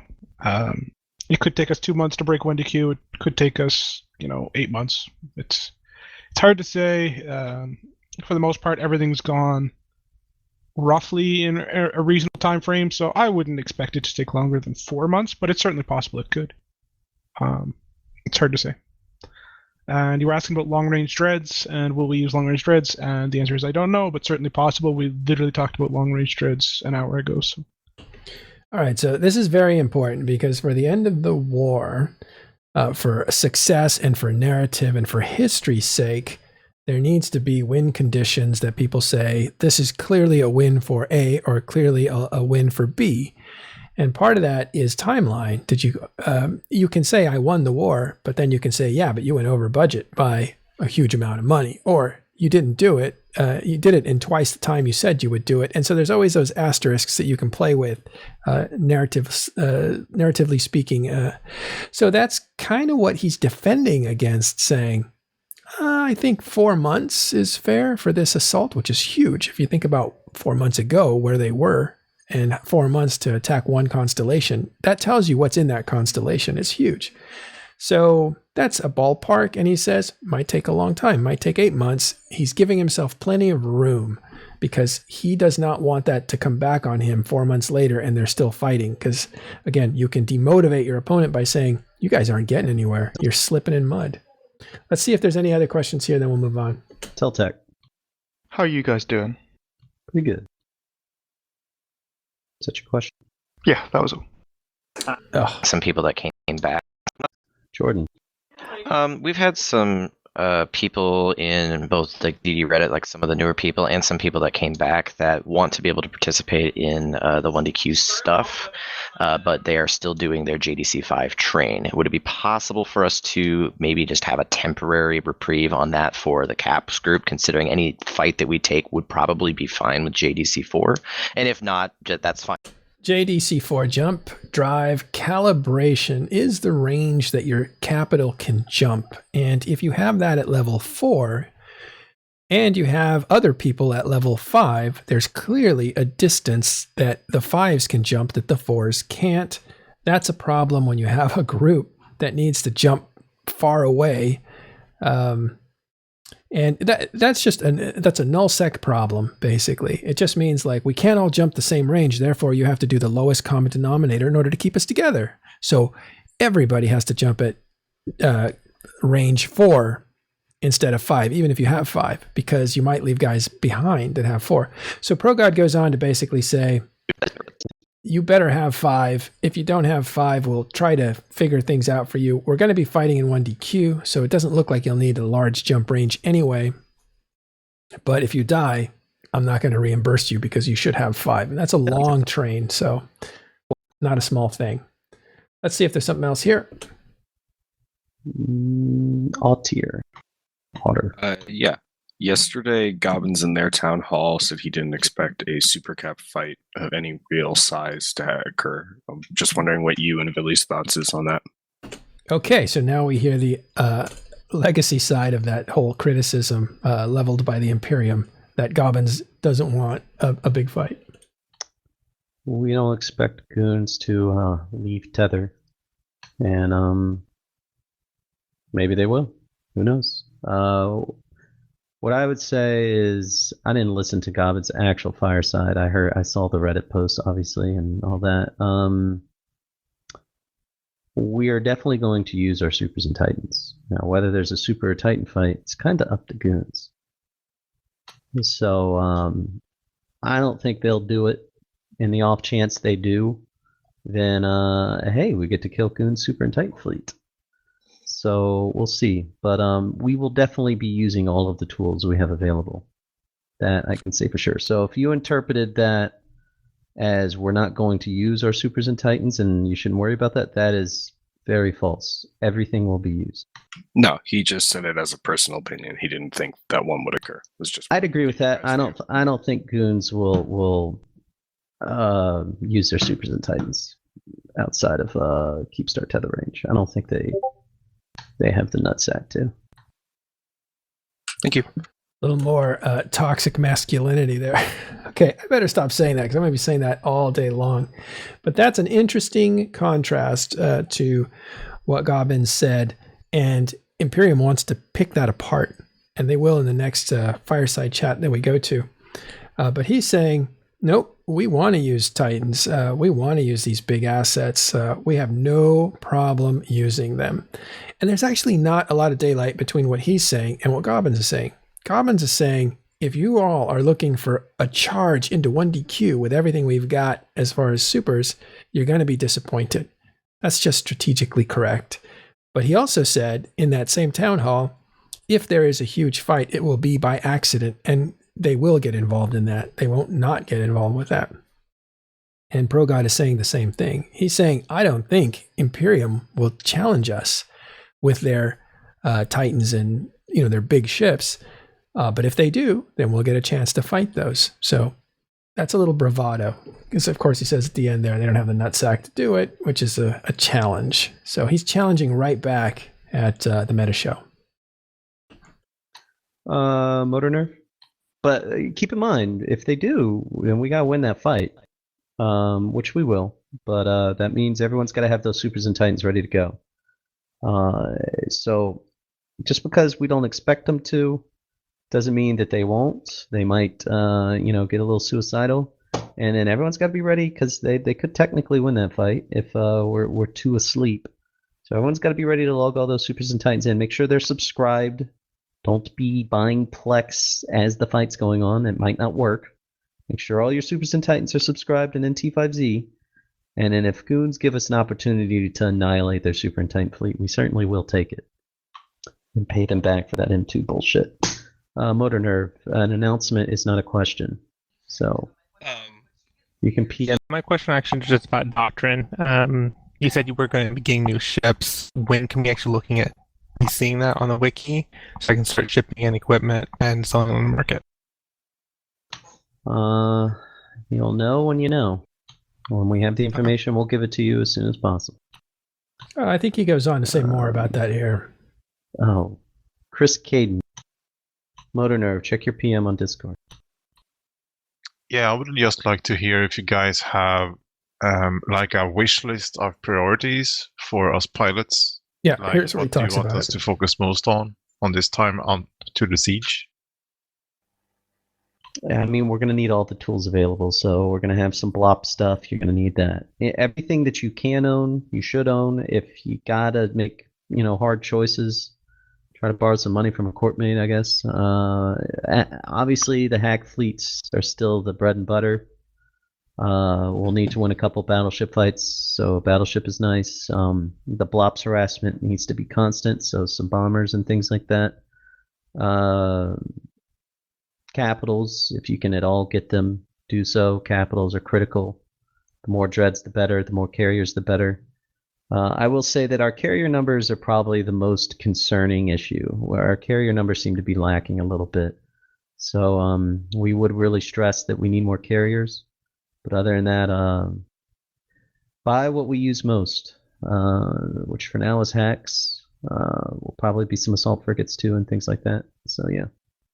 All right, so that was important. I wanted to play it through. I knew he said that they're looking for more carriers. He'll get asked again later, hey, you said you were weak on carriers. And he corrects that he didn't say that. He said we need more. We would like more carriers. I guess he does say they're a little soft on them. I don't know what the question was, but he basically corrects the questioner. Let's see if there's anything else here, and then we'll move on to the last portion of the program, which is the fireside chat coming from the Imperium. Hello. So, where is Tess going to live? Because people were told to pull structures from period bases and give them to I don't know who. What's the deal on that? We've been extremely clear from the beginning that Test will live in Delve. So, like, what's in period bases goes away to Delve. We let you guys rat and mine and moon mine in period basis just because we owned it and it was a war and we wanted to give you any opportunity possible to make ISK. But period basis, I can't say who's going to end up owning it, but the only space that is 100% for Test and not going to change in any way is the Delve space that we own now. Period basis might go to other alliances, so do not make any long-term plans to live in period basis. Which is what we said literally 5 months ago. Yes. Poor guy. Just asking a question. But they make it clear. Test will live in Delve. Period basis may be given, rented out. Who knows what. But Test may not be there in the future, so don't make any big plans there. Let's do this last question here. You said that our focus is going to shift. Does that mean that the fire team assignments are going to change or going to be lifted? The fire team assignments we're still kind of debating that a little bit, but generally they're going to be relaxed. I don't know what fire teams are. I think that's their SIG equivalents. Let's do one more. Hey, you guys. I just want to ask you that what are our plans regarding Irmalin? I mean, there's no test structures currently in the system, and a few of us have some kind of assets, for example, in the system. Well, he's actually wrong. There is a structure there. It doesn't belong to Tests, but they're blue to Fraternity. Fraternity has a keep star outside of Irmalin. Irmalin is a key system in this war because it is the asset safety relocation site. So anything that gets asset safety out of Delve will end up in Irmalin. That's why it is a focal point. And I think Progod will talk about that here. We will be... how do we plan with that? And what do we do? What's the general situation? We have big plans for Irmalin and every low-sec system and null-sec system in Titan jump range of Irmalin, and we will be slowly building up that area during the siege. So there will be structures. There will be lots of structures. With that being said, you can use the Frat Keepstar there. Yes. It's a Pappy Keepstar. Nina Kalari. Hey guys, can you hear me? Yes. Fine. What's up with the SRP from the M2 fights? Super Titans. This we know a lot about, but he's basically asking, have all the Titans been replaced? Let's hear the answer. For the moment, we're just waiting on hulls, because the hulls dried up quite extensively. There's only one non-many Titan owner hull that's remaining as far as I'm tracking. Now, that's an interesting point. He says there's only one non-many Titan holder. What he's saying there is that everybody that has more than one has been put aside. They don't get their Titan back yet because they still have a Titan to fly. So if it was your second Titan that died, then hang on, we'll get you later. But we only have one more guy that lost the only Titan he had, which is an interesting little point. And I imagine I'll be able to find him one eventually here shortly. But for the most part, those remaining, just under a dozen Titans you're going to be waiting a bit. It's just the honest answer. Okay, no problem. Thank you.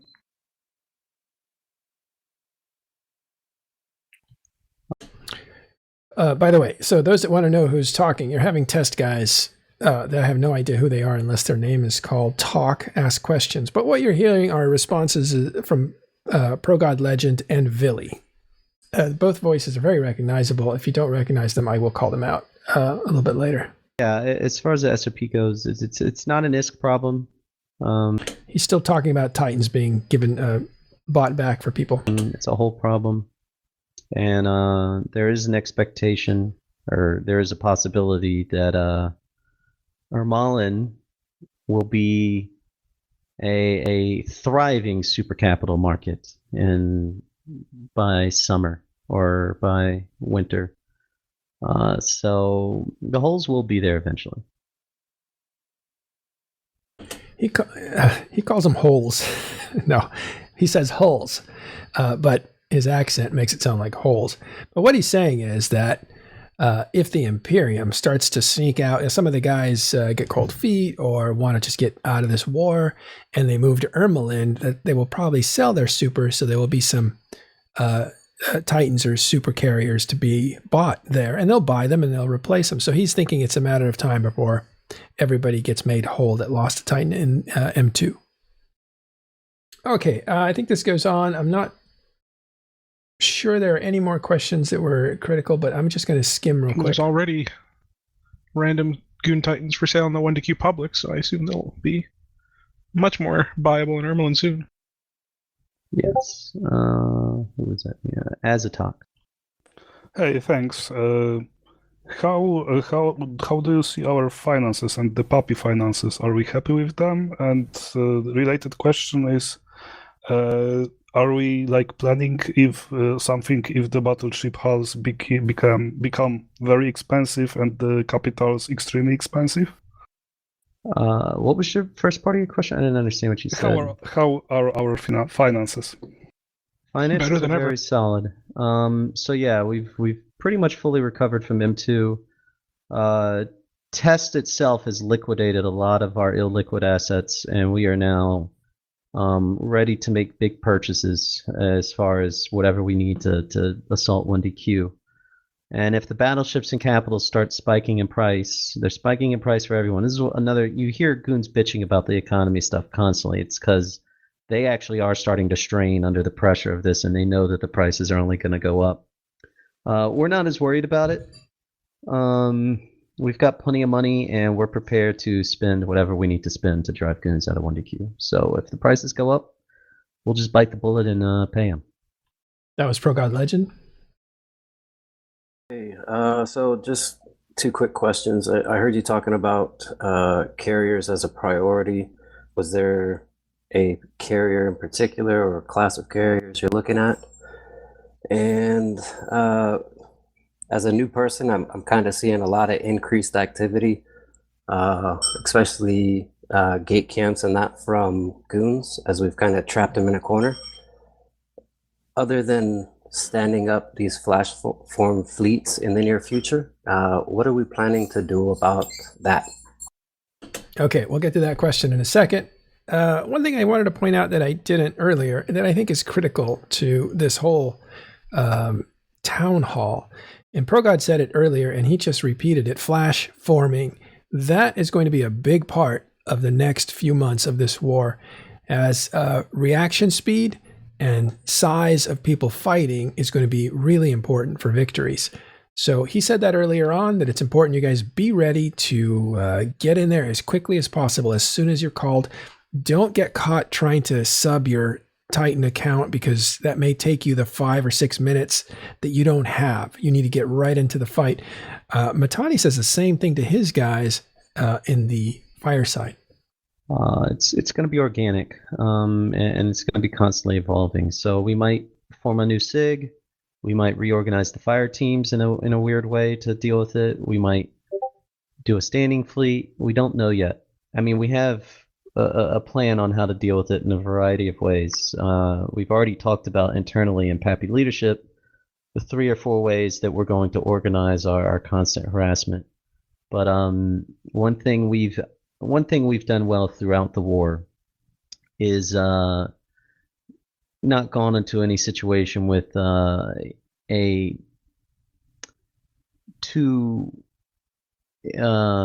plan that is too hard to adjust or too complex. We're pretty good at kind of putting stuff together on the fly, which works way better because you can adjust to what your enemy is doing really quickly. So we're going to see how they play things. We already have a good idea of how they're going to play things because they keep telling their members how to do it. And we've got goons pretty thoroughly penetrated now at the leadership levels as far as spies are concerned. That's huge. If true, that's huge. And it could be, but you never know, that they have Goon Swarm penetrated at the highest levels as far as spies, which means they have information from close circles to where the decisions are made. That's a huge advantage in a war. Now, he's just saying that. It could be something that he says to get out into the public to make leadership in the Imperium paranoid that they have a spy and they need to figure out who it is. These games go both ways, but he seems to kind of just leisurely throw that comment out that they basically know what the Imperium is going to do because they have them connected with a spy. So we're not going to overcommit to doing anything more than we need to do, organizational wise, just because, every hour we spend writing form pings or adjusting our auth groups is one less hour we have FCing fleets or moving minerals around. We'll see how it plays out is basically my answer to that. Ninja Tater. Hi, I think you already answered this, but I want to ask it anyway. Will regular cap SRP payouts increase with the expected increase in cost of capital ships? Important. The production and harvesting has just changed a couple days ago, and everything is going to become more expensive in the ship line of the game right now. We expect everything will become more expensive because it will take a lot more resources from a variety of areas.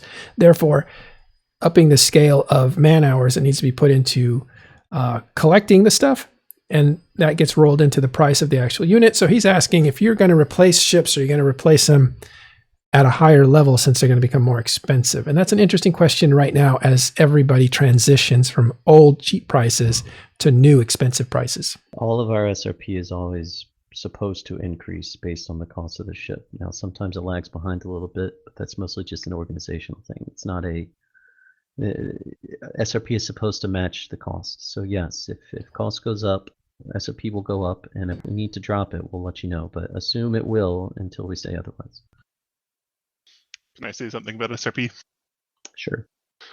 I don't know who this is. I think it's the SRP lieutenant that hands out the replacements, but it's a test official. So we just adjusted a whole bunch of SRP prices like 3 or 4 days ago, almost all of them increasing. We do SRP prices on like a 2-week average, so it does lag a little bit as prices are going up, but we'll keep adjusting them to keep tracking the GDA prices. And so there you have it. I think he speaks a little more. Let's see. City and Merc. No, different question. Yes.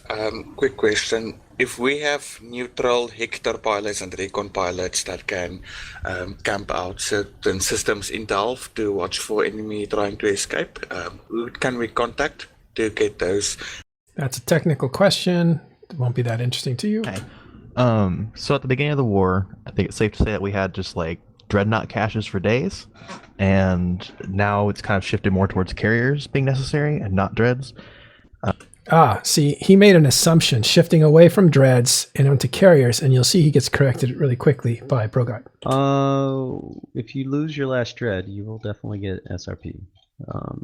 We do have dreads available. We've got more faxes than anything now because we've lost a lot of those dreads, but we still have dreads available, still have carriers available.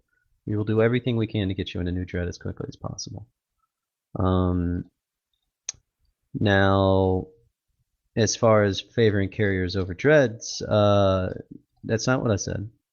What I said is we are low on carriers and we would like to have more of them. And so we want you to prioritize getting more carriers. But we also need more dreads. You can never have enough dreads. And dreads are still very, very valuable. There is no part of the capital escalation change that is not important at this current time. That is what I'll escalation chain. That is what I'll tell you right now. As Fleet Commander Progod Legend saying, there's no part of the capital escalation chain that is not important. And what he is saying is that you need to have dreads available. You need to have repair ships, faxes available. You need to have carriers, which are fighter deployers, available. You need to have motherships, or I keep calling them motherships, but they're super carriers, or Titans. You need to have as many of those available to you as possible because the escalation pattern will go through all of those because one counters the other. Chris Caden. I just wanted to bring up the SRP thing again with the TFI. I know that that value has been updated, but it's still lacking almost 120 million. They get that worked out. That's just prices again will be paid a 2-week lag. And so he's saying, hey, you guys are paying us, I think it was 80% instead of 100%. And he's saying that's getting fixed. But VIly comes in and says, don't worry, you're not going to be using those anytime soon, and that'll catch up by the time that you use TFIs. Sorry, quick one more. Regarding dreads, do you foresee any need for high-angle weapon dreads, or should we refit them to bomb dreads? Bomb dreads are dread bombs. They're not bombers. So basically, those are close-range, heavy-duty damage to big ships. HAW dreads, or high-angle dreads, are ships that, that's a fitting that shoots little ships that are around you. So you can drop HAW dreads in a subcapital fight where you have smaller ships that need to be destroyed. That's what Goonswarm just did, or the Imperium just did yesterday when they wiped out a bunch of Feroxes and Eagles, I believe, with dreads. They're using high-angle weaponry for that. But what he's saying is bomb dreads, those are close range, big damage, up close to big structures, big ships. Bomb dreads are always the standard fit that you should have fit first.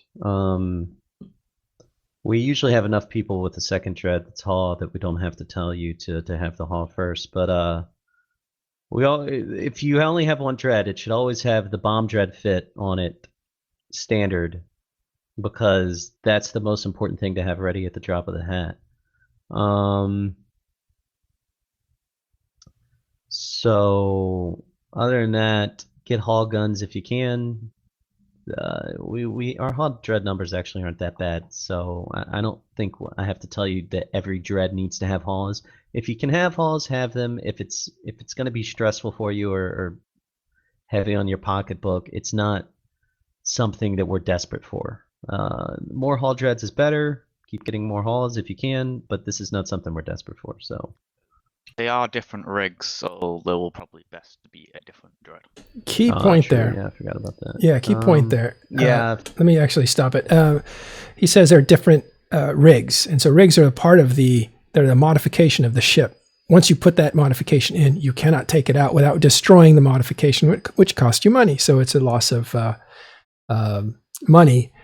And what he's saying is that if you have a dreadnought that is outfitted to do one thing, you can't just switch it over to do another without losing some money. And so that's why they have to reconsider, like, maybe you need to have one for bombing and one for HAWs separate, and they cannot be mixed. So have two instead of one that you move both ways. Okay. Han Solo. And any other questions, please put below the line. We're going to cut this off in 7 minutes. So Han Solo. Yeah. So who do we contact if we catch a big toy and we need like an ASAP dread bomb? So that's a question. If he happens to tackle a big ship, who does he call in order to bring in basically the orbital strike? Like, how does he call in a dread bomb? You just need to add DDFC and Skirm in general for now. There's really no other way to do it. And basically, you don't call for one person, you call for a whole team, and that's on their Discord probably. If you drop an @DDFC, and they'll go on to explain that. That's why I'm zooming past this. There are several NICs available for 35 billion at the moment. Yeah. Now they're talking about, I think this whole meeting starts to finish up. It's a staggering number. Let's see what he's talking about there. We're provided by Goonswarm. All right, this sounds interesting. Let's see how he teases Goonswarm. Yes. It's important to remember, in most of those situations, all you're doing is you're taking a capital asset from Goons and moving it to us. Okay, so this question, and this actually is important. I'll go back. This guy is asking, hey, if there's stuff on sale, should we buy it? Because it will be from Goonswarm who is selling it. And if we do that, aren't we putting money in their coffers? Isn't that a bad thing? All I would say is that, you're not helping Goons out. You are helping the smart Goons who have now woken up and realizing how hopeless and stupid their cause is. So you're helping the individuals that already have a foot out the door. Yes. It's important to remember, in most of those situations, all you're doing is you're taking a capital asset from Goons and moving it to us. Much as we've seen with the shortage of, super caps that's now happening throughout the universe a little bit. The issue is no longer money; it's now assets themselves. This would be a good time to point out that over the course of this war, a large chunk of our Dread Cache and a lot of our replacement Titans and Supers were provided by Goonswarm. They have this idea that 40 billionist Titans was a good thing for them, and it was, but it made it easy for us. Like, we've probably purchased Pappy, the entirety of Pappy is probably purchased over 50% of the Titans and Supers in 1DQ over the course of this war that have been on the market. It's a staggering number. Into the hundreds. Into the hundreds, yes. Yikes. So... Huge statement Yeah, there. don't worry about that. X-Hunt. I did it again. I muted up because I do that when I type. All right. Well, I'm back. You guys can hear me. It isn't a show unless I mute myself a few times. So let me go back and tell you just the crux of what I just said, and I'll go ahead and erase that from earlier. Okay. So what I was saying was there was a real contrast between what the Gobbins was doing and the way he was messaging and the way that VIly and Progod are messaging to their guys. So where you have a lot more passion and emotion from Test, you have VIly laughing at how much they've destroyed. You see the swagger and the easiness, the Matthew McConaughey kind of Progod legend of like, yeah, this is easy. We got this. You guys need to show up. This is historic. Be ready to form. There's a real confidence there that they're projecting. But it is kind of flippant insults towards the Imperium, basically saying how their story is that they're just going to crash and burn, and that's how it's going to go. But you see a lot of messaging going out to their guys saying, you guys are awesome, and we got this. Whereas Gobbins is taking a different approach. He seems to be a lot more clinical about it. He's a lot more... you guys can hear me, right? Because I'm nervous now. Yeah, good. I saw somebody commenting real confidence. Good. So Gobbins is a lot more methodical. He's much more... he pays attention to details. He over-explains things. He doesn't assume anything because he's really trying to give his members the information that they need. There's not a lot of passion in it. He's not dismissive at all. So he's basically saying the realistic form of this is a methodical approach. And he doesn't say like, if goons show Titans, we'll match those Titans. There's nothing like that. He basically says FCs get into situations where Titans are used by accident. He spends a lot of time talking about the server and the actual nuts and bolts of how a server works. He talks about mistakes that they made by double reinforcing a node and how that was unforeseen. And so a lot of Gobbins' town hall is about giving the information that he's dealing with to his players. Totally different leadership style going on there. Different messaging. I think Gobbins is really talking to his guys. And I think VIly and Progod are talking to their guys, trying to puff them up a bit, but also putting it out there in the public how good they feel. And there's different things going on there. And interestingly, I said this earlier, Dunk is usually a very jovial guy talking about how great they're going. It almost feels like a small town. He's a great father figure in that way. Oh, that might age him a bit, but he's a great like big brother in that sense. And so what he's trying to do is have people calm because they have now transitioned into Aquarius. That's the message that he gets out. But then he slips into a different mode. When he starts talking about the war, he's a lot closer to what VIly and Progod are doing, talking about how they got this. They're going to be methodical. And he's from a technical engineering style background. Isn't everybody an Eve? So his approach is, we're going to take this step by step. Nothing's going to stop us. But then I've confirmed that his presentation came after the meta show. So I am pretty sure that he saw the meta show. Maybe. I'm just assuming here. And he answered that. And that's what that little twist of, it really kind of got darker and said, death is coming. Doom is coming. There's nothing you can do about it. Post all you want. Make all the nicknames you want. There's nothing you can do. this is your destruction. And it was very bleak, it was very dark and heavy. So I think, Dark Dinkle, that's a great name for that. It wasn't that bad, right? Because it's Dunk and he's super great guy. But he was specifically saying a certain portion that are ship posters are the ones that he was talking to. He likes the other Imperium guys. Thumbs up for those guys. But you guys that are being nasty towards Brave, that's who he's aiming for. But I think he was also aiming for leadership, because leadership blasted Gobbins just hours earlier. Okay. So now I've set you up for the finale. You guys want to keep going, or should we do this tomorrow? You tell me. I will prep just in case we go do this. Now, this is a fireside. It's only 30 minutes. I think we can do it. All right, let's do it. So this is the next day. All this other stuff has happened already, right? And I'll give you the order again, because I'm certain of it now. Gobbins comes out, says, no big fight, don't look for it. We're going to do this methodical. Mittani does the meta show. And at first is like, yeah, I can understand that because, wow, CCP has inflated the prices of ships. I would think about it too. He's kind of reasonable. And they talk more about that. Then halfway through the show, after 30-minute mark, Merkelchen says, I don't know why you guys are talking about all this math homework. Let's talk about Gobbins. What a shitbird. And goes into this huge, these guys are massive cowards. And for the rest of the show, it's toxic masculinity about how weak Gobbins is, which is really unfortunate. But that's the way they decided to twist it. And the response to that is, I believe, Progod and VIly have their meeting. I don't know if it was before or after Meta Show. Actually, I think it could have been at the same time. But they're talking in terms of swagger. And, hey, the Imperium's in real trouble because they're talking about, how asset safety works and all this other stuff. And that must have been from spy channels. So that's what happens. But the interesting part for me on the public level is Dunk Dinkle's return fire.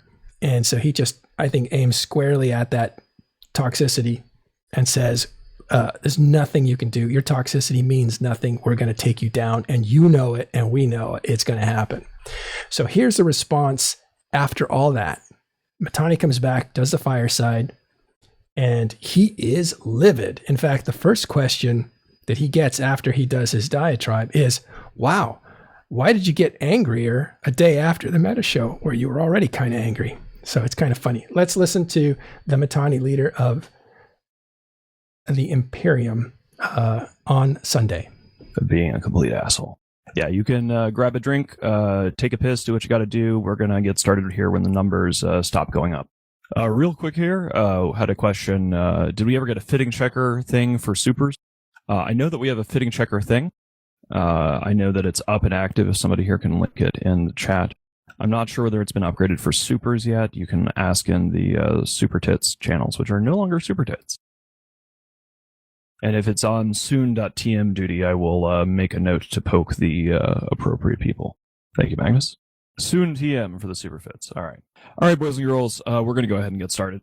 If you're confused about why there's a Fireside Chat on Sundays, that's because we do these on Sundays now. And I'm really glad that we do, because yesterday was a perfect example of why we're doing these now.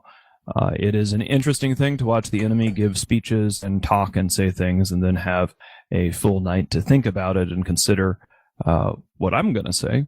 I'm not necessarily going to commit to the quality of my firesides increasing, but it was interesting and made it very clear to me that we were sort of giving away free intel and free opportunities to the enemy for years for me doing these things on Saturdays and then letting them do it on Sundays. So here we are. I want to make sure before we get started here, somebody has already linked the, let's take a look at this particular one. I want to get a link to Gobbins' little town hall in Elysium for people to see. We have a couple of these. There we go. This is quite relevant to everything because it shows us a lot of things, not just about the enemy's plans, which I expected that they would go this way. It's been clear for a little while. What I did not expect is that they would say this not just on Gobbins' town hall, but Dunk Dinkle did a similar sort of video for Brave, reiterating that they are eager to disappoint everyone who has been involved in this war with the most cowardly options that they have available, and that they do not want to have big fights. Well, I have some news. I don't give a fuck. I don't give a flying fuck what they want. I don't give a flying fuck what they think. And we're going to fucking turn this thing into a hellscape apocalypse when they come into 1DQ1. I don't care if it's with battleships. I don't care if it's some sort of wacky, what is it? A Thunderchild doctrine that they've gotten their CSMs together about, or whatever bullshit it is that these fucking cowards want to bring to our house. We're going to fight. But before we get into the Herfblurf, there's some backstory here that I want to touch on for a little bit. So, this goes back about, 5 years now? We're going to talk about the Casino War. Okay, before we get into that, which is kind of funny, he's taking it back there. So what he's done so far is just set it up, basically saying, this is Sunday, that was Saturday, I heard what they said, and now he's lumping Dunk right in there with Gobbins. So it's quite obvious that he heard Dunk's message too. Now, we're going to talk about the Casino War. At the time of the Casino War, many of these same motherfuckers got together in their little Money Badger coalition. The difference between now and then is that we didn't have citadels. Nobody had citadels. They had casino money, which was banned by CCP the moment the war was over. And we had a very different coalition structure. There was a lot of things that were different then. But it's important because one of the things that I had as a takeaway from the Casino War experience was that if these motherfuckers didn't have untouchable, unattackable, infinite ISK, that even if the entire galaxy came at us, we would be able to survive and thrive, and they wouldn't be able to stand against us. The biggest issue was we couldn't do a damn thing about their source of ISK because it came from gambling addictions. People were using things like Somer Blink. That money was then, and I Want ISK was funneling that money to buy all the mercenaries in the galaxy and fund everything that these people who are now Pappy, the same motherfuckers, are doing against us.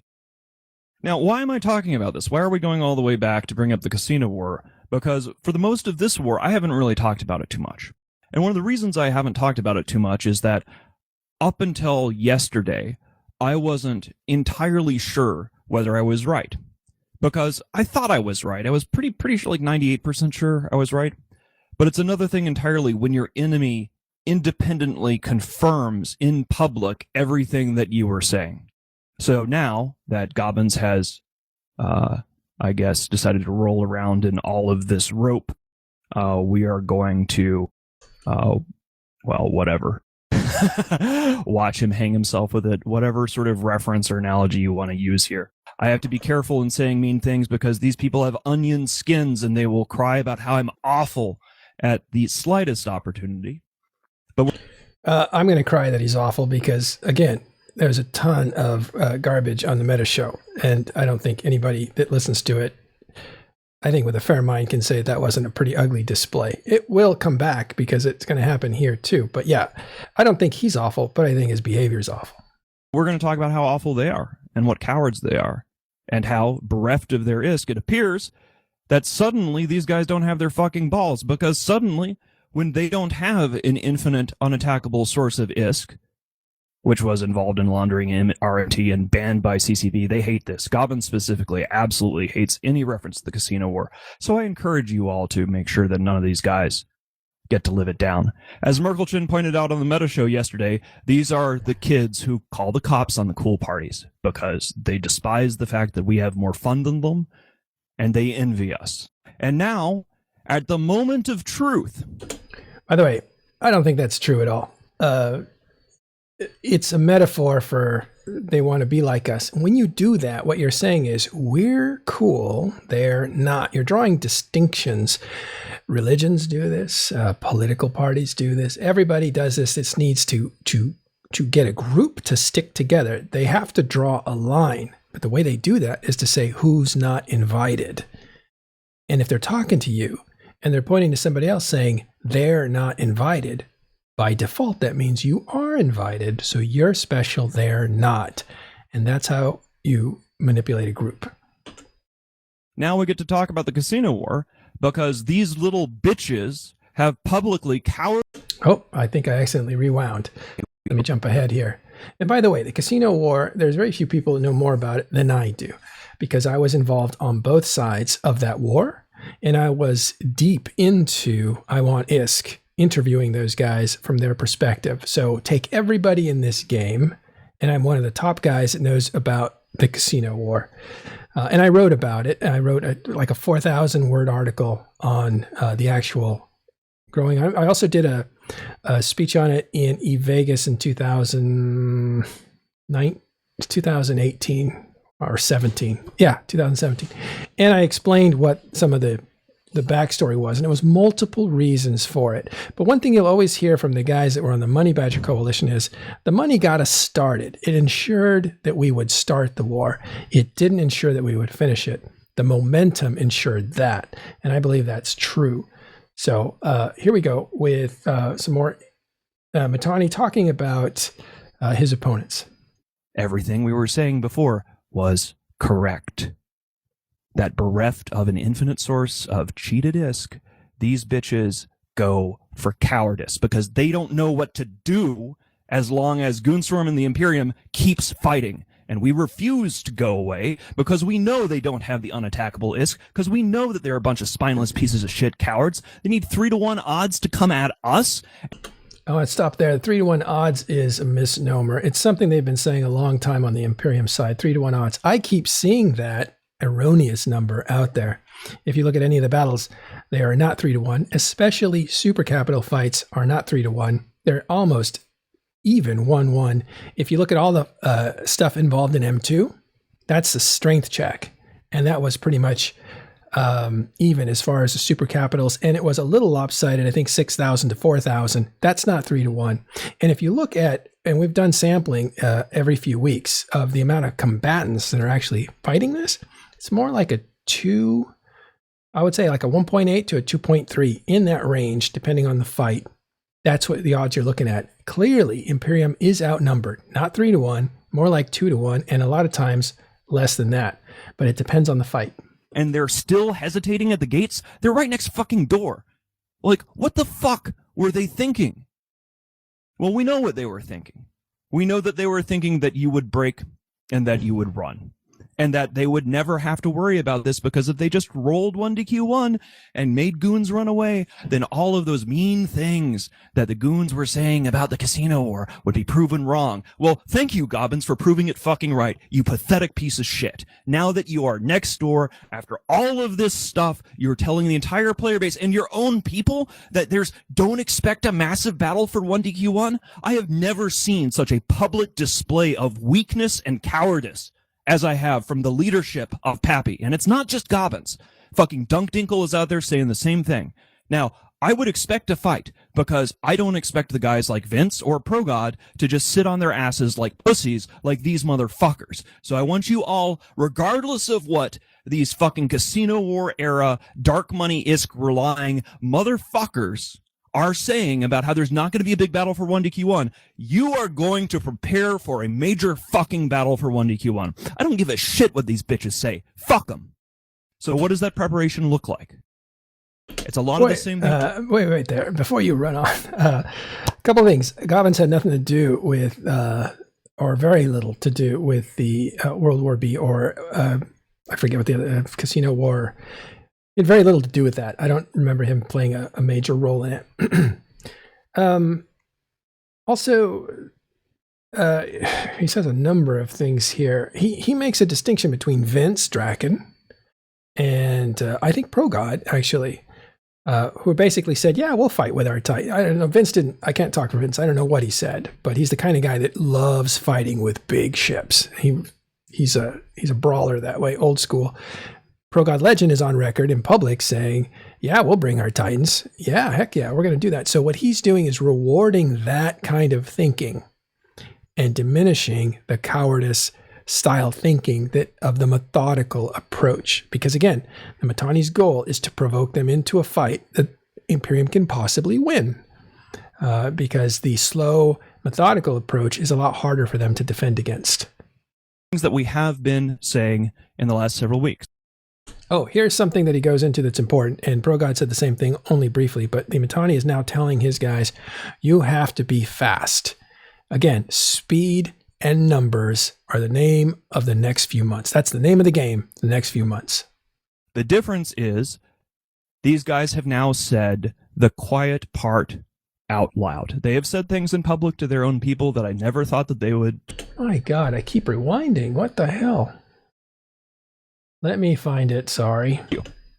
I want to remind you, last time they had. That is no fun going back and listening to this. And so it's okay. Because it's not just Gobbins and Dunk out there. There's a lot of leaders within PISP, and some of them will hopefully find their balls. So we need to assume worst case scenarios, and we need to talk about some things of, hey, let's say that they actually do bring it and that we falter and we fail and something goes hellishly wrong and everything goes boom. Well, what does that actually mean? Because one of the biggest risks that we have in the face of these cowards is not actually the cowards next door. One of the biggest risks we have is overestimating them and people freaking out and not being able to understand the exact level of risk that we are now facing here, right? So that means we're going to be talking about asset safety, because I want you guys to understand how asset safety works, and I might have to tag some people in here for some of the gory details of it, but in particular. Okay, so he's made a skillful transition from talking about how they are the lions, but in case the worst case scenario happens, let's go through that. And so now he's talking about what the contingency plans are, and that's a good thing because it shows people that you're prepared for a bad situation, even though you're going to have the good situation.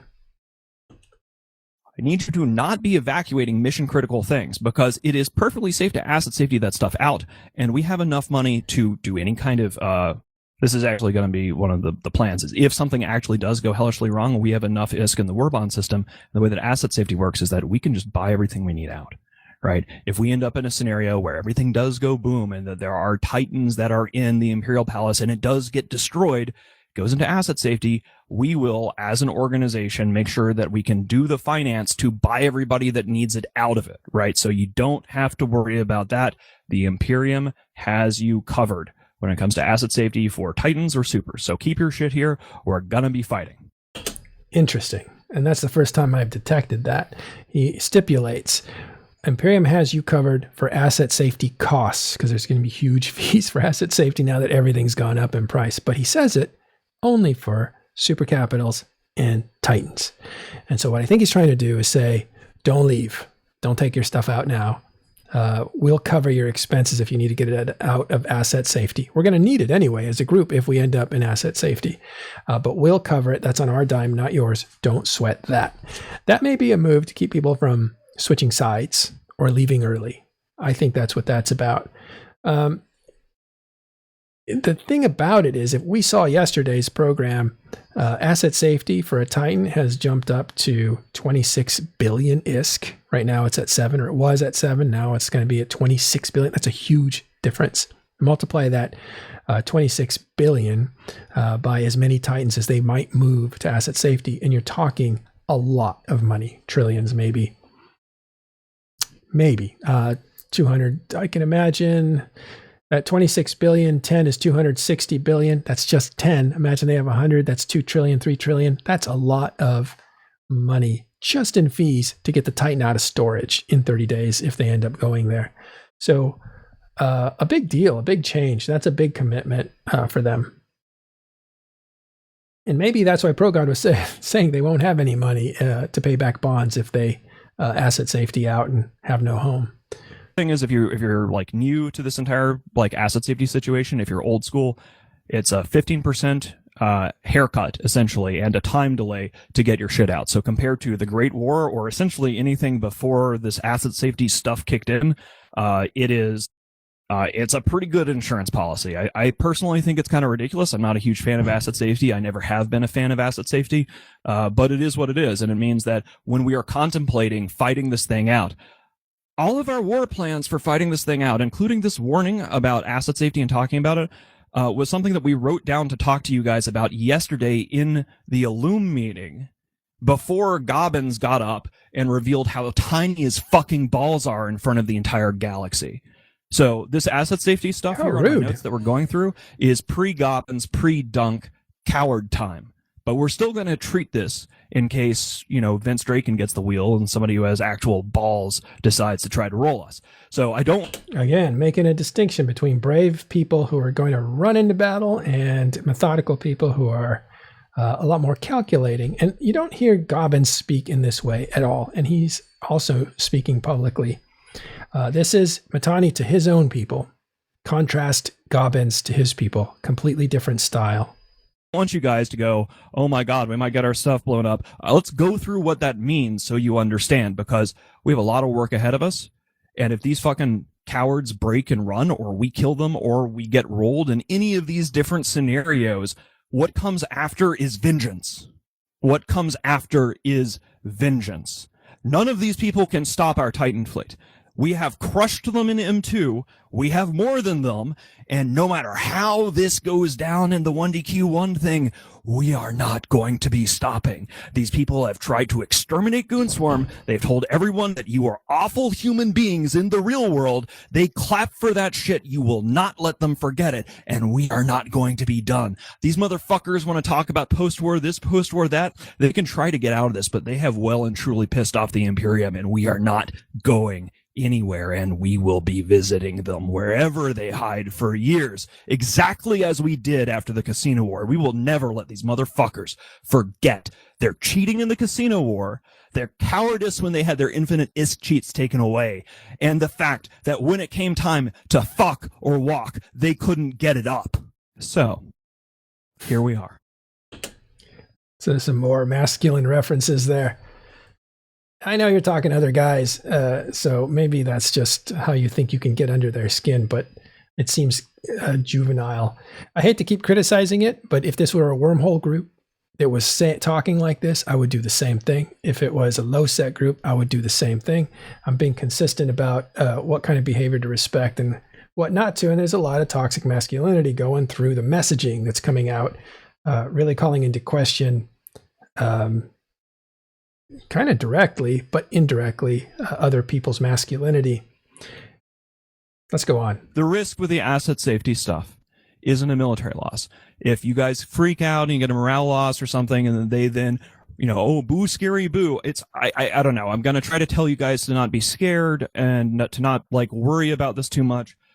Again, this part of the speech was planned yesterday when we had these meetings before these guys basically just curled up into the fetal position and cried pathetic tears through various leadership outlets and various town halls yesterday. Stunning. Absolutely stunning. How am I supposed to talk to you guys about asset safety when Gobbins is going, it's a massive disappointment if you're expecting a big fight because your fucking cheats were taken away, you little bitch.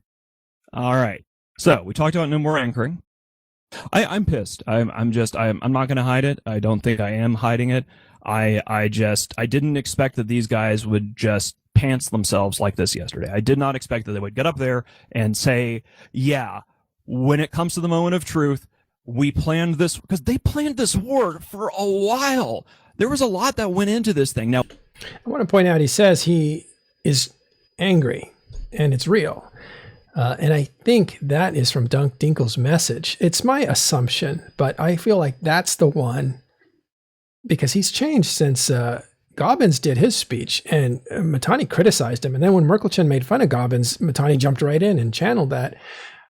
But he's come back with a whole nother level of anger. And I think it's the message that came from Dunk that has got Mittani worked up. Now, we called them on it early, right? When we announced that they were going to be attacking us back in June, when we retreated from Cloud Ring in the north and we started doing our thing, we saw that this thing was coming. We started putting in our preparations, blah, blah, blah. It's just taken a long ass time for us to get to this point.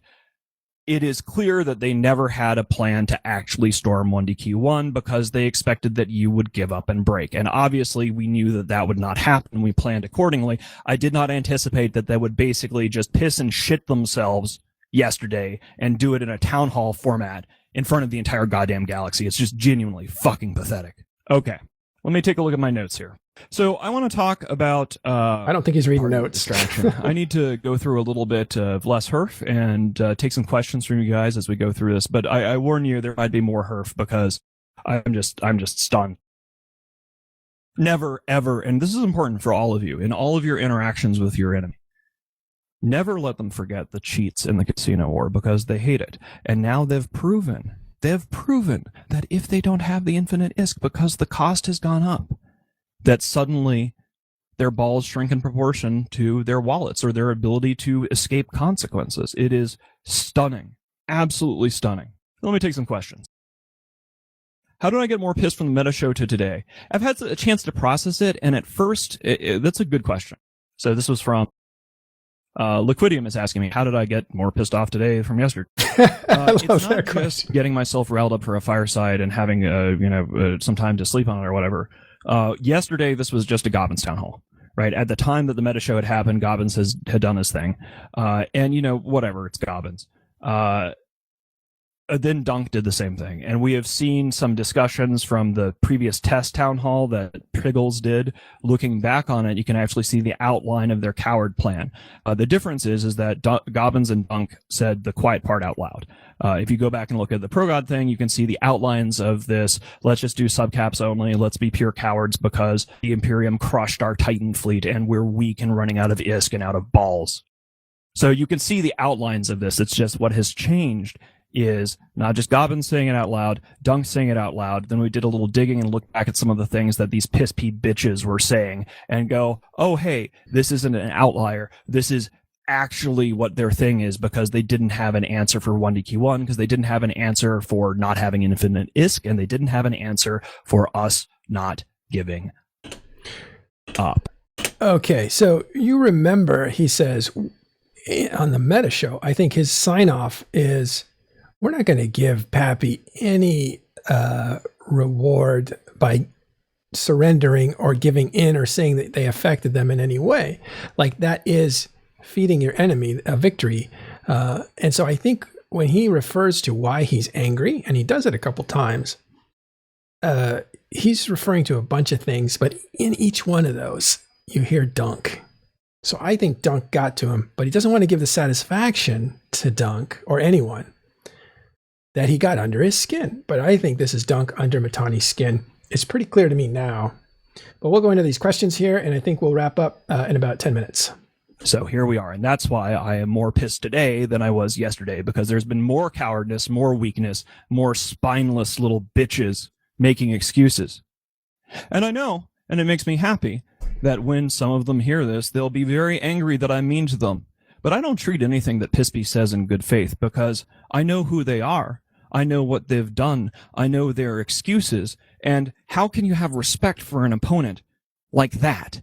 It's just disgusting. It's pathetic. They should either stop wasting their members' time and attack 1DQ1, or fuck off back to their pathetic little holes to contemplate what happens when they come at the Imperium without infinite ISK cheats.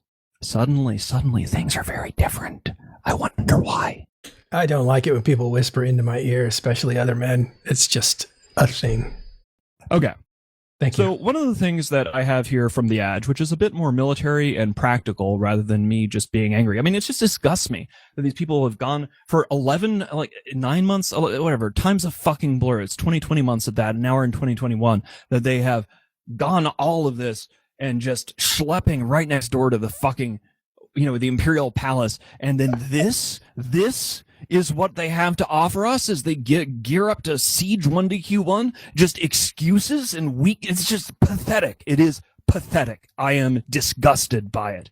I'm also vindicated, and I enjoy being vindicated because it has proven everything I was saying about the casino war and the infinite ISK cheats. So, whatever. I guess I should be handing Gobbins a gold star. But I'm going to talk about something practical here. It's very hard for me to not get riled up again and start just spitting my contempt towards the foe. I do. The red mist kind of gets in the way sometimes, and I get a little feisty. Something that we don't want to talk about. People who want to be helpful can hang around the constellation in 1DQ1 constellation in like an Astro or an Astro to go after the hostile bombers, or a Hecate for the T3 cruisers that are harassing the jammers. So we actually have seen an uptick in jammer harassment. I'm sure you've all seen it. The bad guys are sending in bombers. They're sending in T3 cruisers. They're doing a bunch of rando shit to try to poke you, to scare you, to make you log off, because they don't know how to make you go to Saranin, and they got nothing. So to well, that was pretty cool there. He starts talking strategy, and then you're like, yeah, I'm into this and stuff. But he's trying to break it down for his guys, like what's going on. And here he goes. Deal with these harassment attacks. If you want to help out, you want to develop your F2 as an independent PvPer, then take an Astro out there and just keep eyes on these jammers, keep eyes on all of these other things, and take them out, because it'll make it a lot easier for us. We won't have to expend any real effort if the guys that are trying to do harassment on jammers are just getting zonked by goon heroes and Astros or Hecates. So we have some other news that's coming next week that we'll be releasing. The finance team is working on a few interesting topics. So there is more afoot. We're going to be going into that next week, though. Let me take some question. Are we on the passive side of our defense? How do we force these guys to leave? We're posting up on the fucking walls here. They outnumber us 3-1. Just because they are a bunch of cowards doesn't mean that they don't outnumber us. Now, in a lot of these other off-time zone battles, the balance of forces is something that's much more in our favor, particularly when it comes to U.S. time zone, which is where they need to start hacking this iHub. However, until that time, until we, I think that the best thing for us to do between now and then is to have them attack us and for us to beat them. And then once that has happened, then we'll see where we're going. I'm not going to be talking on a fireside about like hitting T5ZI. That is extremely premature. And in terms of balance of forces and things like that, I'm not going to talk about that either. We are getting very much at the fuck or walk phase of things. If these guys are not attacking 1-Q1 inside of this next week, increase. Like one of the things that was interesting is some of the guys in the PISP side have actually seen their leaders for what they are now. Like you're starting to see this in some places. Now it's only going to be a tiny minority. Most of these people have drunk the Kool-Aid. They're completely all in, right?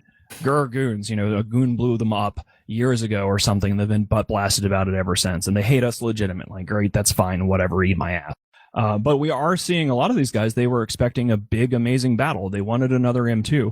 And hearing from Gobbins and Dunk and I guess the rest of them soon that they're all just going to go for the pussy way. I should say that's insulting to women. I should say just the coward way, the weak way, the pathetic way. Pussy can take a pounding. These guys can't. All righty. I think he knows he went overboard there because he's like, all righty. That's a little reset. Like, I might have gone a little too far. Oh, man, did he go too far? Anyway, again, he's hyping up his guys, but I think he's trying to talk to his enemies, foot soldiers, say something along the lines of, you're being cheated a good time, maybe. I don't know. I think he's channeling a lot of anger, really. I think that's what's going on. Delta Squad's Thrasher fleets definitely deserve a shout-out. Can we rename PISP to the Karen Coalition? They do behave like a bunch of fucking Karens, no question. Are we going to see adjustments to SRP because of ship prices changing, mainly for battleships and caps? Yeah, we always are. All right, let me stop for a second. I'm looking at chat, and I don't like the way it's going. We'll rewind here for a second. I just want to make sure that you're not taking messaging from this show as we break open what's behind the scenes, the motivations, the emotions, and everything else, that you're not taking that as permission to go after Mittani. I don't think anybody speaks as interestingly as he does, barring the content of his speech. That's not necessarily great, but his style, his flair, his rhythm, it has an intensity that very few other people can match. And he's incredibly articulate. But I don't want anybody that watches Talking in Stations to take this as a message from us that he should be scolded and attacked or anything like that. I'm calling out behavior, and if it would belong to anybody else, I would do the same. I may even give Mittani a little extra room because he has a big role in this game, and he takes a lot of punishment for doing his role. I don't want any of that punishment coming from you guys. So chill out. You call the behavior whatever you want. Don't go after him. Not that you're doing that, but I just want to make sure you know that we're bringing you this. He's using his own words. We're just breaking them all down, and not to add on to any of the misery in the game that follows people of high profile. Are we going to see adjustments to SRP because of ship prices changing, mainly for battleships and caps? Yeah, we always are adjusting our SRP. That's like a thing the reimbursement team does automatically. or not automatically. It requires effort on their part, but we are always dynamically updating the reimbursement prices. What's happening with PAPI and FRT and AOM shooting each other? I think that FRT has been, I think Norris is playing this in a very savvy way. He managed to sort of half commit to the war in various ways. After FRT did their breakout, along with the rest of them, they got their Titan, I got all of their Titans out in the breakout from M2. And then they want to go shoot AOM, and they've always wanted to go shoot AOM because it's a Serenity grudge match. All that is very true, and except this, he says that they've kind of been half doing the war. That's true, but I'll tell you why. Because they are in the Chinese time zone, and not a lot is happening on the Russian-Chinese time zone, so they're not really needed. If you see another big fight like you saw when the Keepstars were being dropped in NPC Delve, or even M2, you will see that reinforcement come from Fraternity, I have no doubt. You will see them appear again, but when there's not a lot for them to do, they're not going to hang around. So they're half in, but only because their time zone isn't a necessary time zone. Right now it's US time zone and EU time zone. So I think that's all that is. They blued the entire fucking galaxy, and that's an attempt to paper over a lot. That's not the entire galaxy. That's not accurate. Again, the 3-to-1, not accurate. The entire galaxy, not accurate. You have a lot of people like Dreadbomb out there. You have significant groups like Snuff. If you look at some of the Volta and other groups that are smaller, even NSH, they're not involved in this war anymore. They might have been in the beginning to see what was going on, but they're gone. And you also see... that Imperium picked up some allies too. They picked up a French alliance. They picked up Siberian Squad. They picked up Red Alliance, and so it's not the entire galaxy against the Imperium. Yes, they are outnumbered 2-to-1, as we said before. Most of the time, maybe a little less than that, maybe a little more. So keep that in perspective. It's a way of saying we're the victims. We're outnumbered. They're out blobbing us. This is a criticism that a lot of people had against the Imperium, that always had more people historically. So it's a really strange vehicle, but it just works both ways. Again, you could say it about the Imperium years ago. You could say it about non-Imperium now. You're blobbing us. It's not fair. We're the victims. A lot of long-term grudges and animus that... it can only hold out for so long. Will we reevaluate Delve Defense after Pappy is evicted? Yeah, I mean, we're going to completely... Every time we go through one of these Hell Wars, we completely adapt and change our empire into a different and what we believe to be more effective form. All right. I think that is... He glossed over that. That's really exciting, and I think that's pretty true. The Imperium, or Goon Swarm, their leadership has been very good about trying to adapt to new situations. And I'll tell you the truth, CCP seems to be the biggest factor in this war, maybe equal size, because they're changing what works in the game. And I think that is the big thing that the Imperium has to worry about is we may fight and we may die fighting or get close to it, but we may win. But if we win, what have we won? Because the world looks completely different now because CCP has changed the rules. That's a real big question that I don't think anybody's really talked about. Pappy on the other side of that is a lot of different groups doing a lot of different things. So it's not a unified, what shall we do? Fraternity is already doing it. They have a Keepstar in Lowsec. They're into Poshman a little bit. They got some wormhole stuff going on. They're solidifying their control over Tribute, renting out some space. They are diversified. They are looking to the future. Let's go on. Just about it. Oh, any updates on the found? Yeah, sorry guys. Actually, good question there, Oshi. No, at this juncture. One of the challenges we had here is Saren Blackfist, who is our squad leader, had some family stuff come up, and not our squad leader, our director of squads, and so he had to be less than available this last week. So some of that stuff got put on hold, and I was focused primarily on the Gobbins and Dunk town hall stuff. We are going to put another cycle into that next week, but it's not our highest priority right now. So the updates there are those squads are still alive and are still a thing. And we will poke at proto squads again, probably in the next week or two. as long as there is time and space. But right now, in terms of time and space, I want you guys thinking about 1DQ1. How is the NGSA effort going? Great question. It's working really fucking well. Can we get some links to join NGSA here? So one of the challenges that we had in NGSA in the past is that it was a very spread out thing over a variety of regions. And in this case, in the reboot, NGSA is very concentrated because we're all here in the last constellation of Delve getting ready for this gaggle of cowards to find their balls to try to attack us in whatever method that they're going to use. And we have found that because of the density of targets and the density of gooniness that we have here in 1DQ1, that this has allowed NGSA to be far more effective, and it's really going places. So please do join it, get involved. If you're wondering what we're talking about here, it's the National Goon Surveillance Agency. It's our automated system whereby you, as a scout, can get involved and find targets for our fleet commanders such that they can get murdered. It is cool and good. Are we preparing for a situation in which Pappy is full of shit and they do plan to use supers in 1DQ1? Yes, Bob-Bum, absolutely. And that is what the speech is about. I don't want any of you to take Gobbins or Dunk or any of these other lying pieces of shit. There's Dunk again. At their word. Because why would you do that? Now, maybe Gobbins genuinely believes that the coward's way out is the way to go. But Gobbins isn't the only person who's in charge in Pappy, right? There's also Vince, there's Progod, there's VIly, there's all these different people. And my hope is that if we call them cowards loudly enough and repeatedly enough, that they will find some balls somewhere and bring it. And there's the quiet part out loud. Speaking of that, which is the latest thing to say.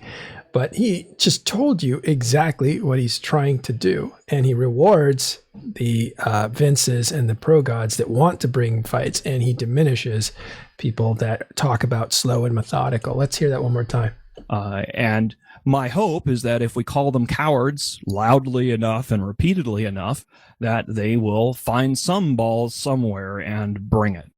So we are preparing for that, as well as trolling the fuck out of these pieces of shit in a way that they deserve, in order to help them maybe find their balls and bring it. I want their supers in 1DQ1. I want to kill these motherfuckers. I want to blow up more of their Titans. I want to blow up more of their supers.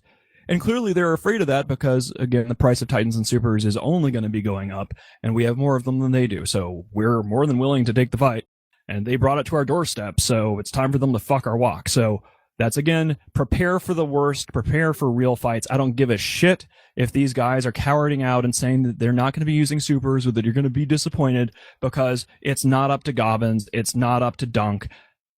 Assume the worst, prepare for the worst, and if these guys go for the cowards option, well, gee, Eve isn't ending at the end of the 1DQ1 fight, win or lose. Eve continues, and we are never, ever, ever going to let any of these piss-pee cowards forget what they clapped for, what they signed up for, what they participated in. This badge of shame will be hung around their necks until they quit. We will never let them forget it, because now they have finally proven what we were saying all along in the start of the Casino War, which was that if they didn't have the infinite ISK cheat, they would be a bunch of cowardly bitches and shirk away from real combat. And that's exactly what we've seen. Validation feels good. Thank you all for coming. I will see you next week. In the meantime, we have lots more preparation to do. Let's get to work. All right, boys and girls. All right, that's the end of this party. Oops, got looped back to the beginning there. And that's the end of the fireside, which came after Dunk's message. Now, you notice very clearly how Dunk gets put into the group that he's angry at, and his rhetoric has totally gone up. And again, if you weren't here earlier, you want to review Dunk Dinkle's message, where he actually uncharacteristically goes after the Imperium ship posters, he calls them. We don't know who he's really talking to. I think there's a little bit of everybody that has been using this kind of rhetoric to say, you're going to go. There's nothing you can do about it. The blade penetrates the shield, that sort of thing. So it clearly, I don't know if it was an intended effect, but it clearly got Imperium leader Mittani pretty mad. I don't know. That said, he did say some interesting things about their strategy. I noticed in this fireside how much he actually talked about. I mean, there's a lot of anger, and I don't even know what to call it. a lot of trash talk. There was a lot of review history. We've been here before. We've won, right? Don't think about today. Think about history. where we won because we're kind of losing today. And then he also talked about pragmatic stuff, what kind of ships, what you expect to see. But more importantly, he sets up for the future, which is interesting because he's already putting the seeds down for a backup plan, which is asset safety. This is how it works. We have you covered. Don't worry about it. And he goes on at the very end here to say, like, if we die, we'll come back to life and we'll kill these guys through, murderous rampage over time. So he's already setting that up in case there's a loss here. And I think if you take that as a whole, he's doing multiple things at once. He's trying to prepare his guys for battle. He's trying to get a set piece fight where he might possibly win because the slow steamroller is more effective and he doesn't want to face that. He wants to face a bigger fight. And he's trying to prepare for the future so that it's not a big surprise afterwards. All right. Well, that was a marathon. We had one bad crash in the middle of it, but we survived that. I think my computer overheated at the rhetoric that was coming out of the Imperium side and just said no more and turned off. And also my most embarrassing Muterall moment where I did a giant recap for a few minutes that nobody heard except me. It was really good. I'll just tell you that. Okay, but that's all that we have today. And I'm kind of tired. But I want to thank you guys for hanging out with me. I actually felt like we were in it together, which was great. It's a great feeling. And I want to thank you guys for hanging around. And we will see you tomorrow on Talking in Stations.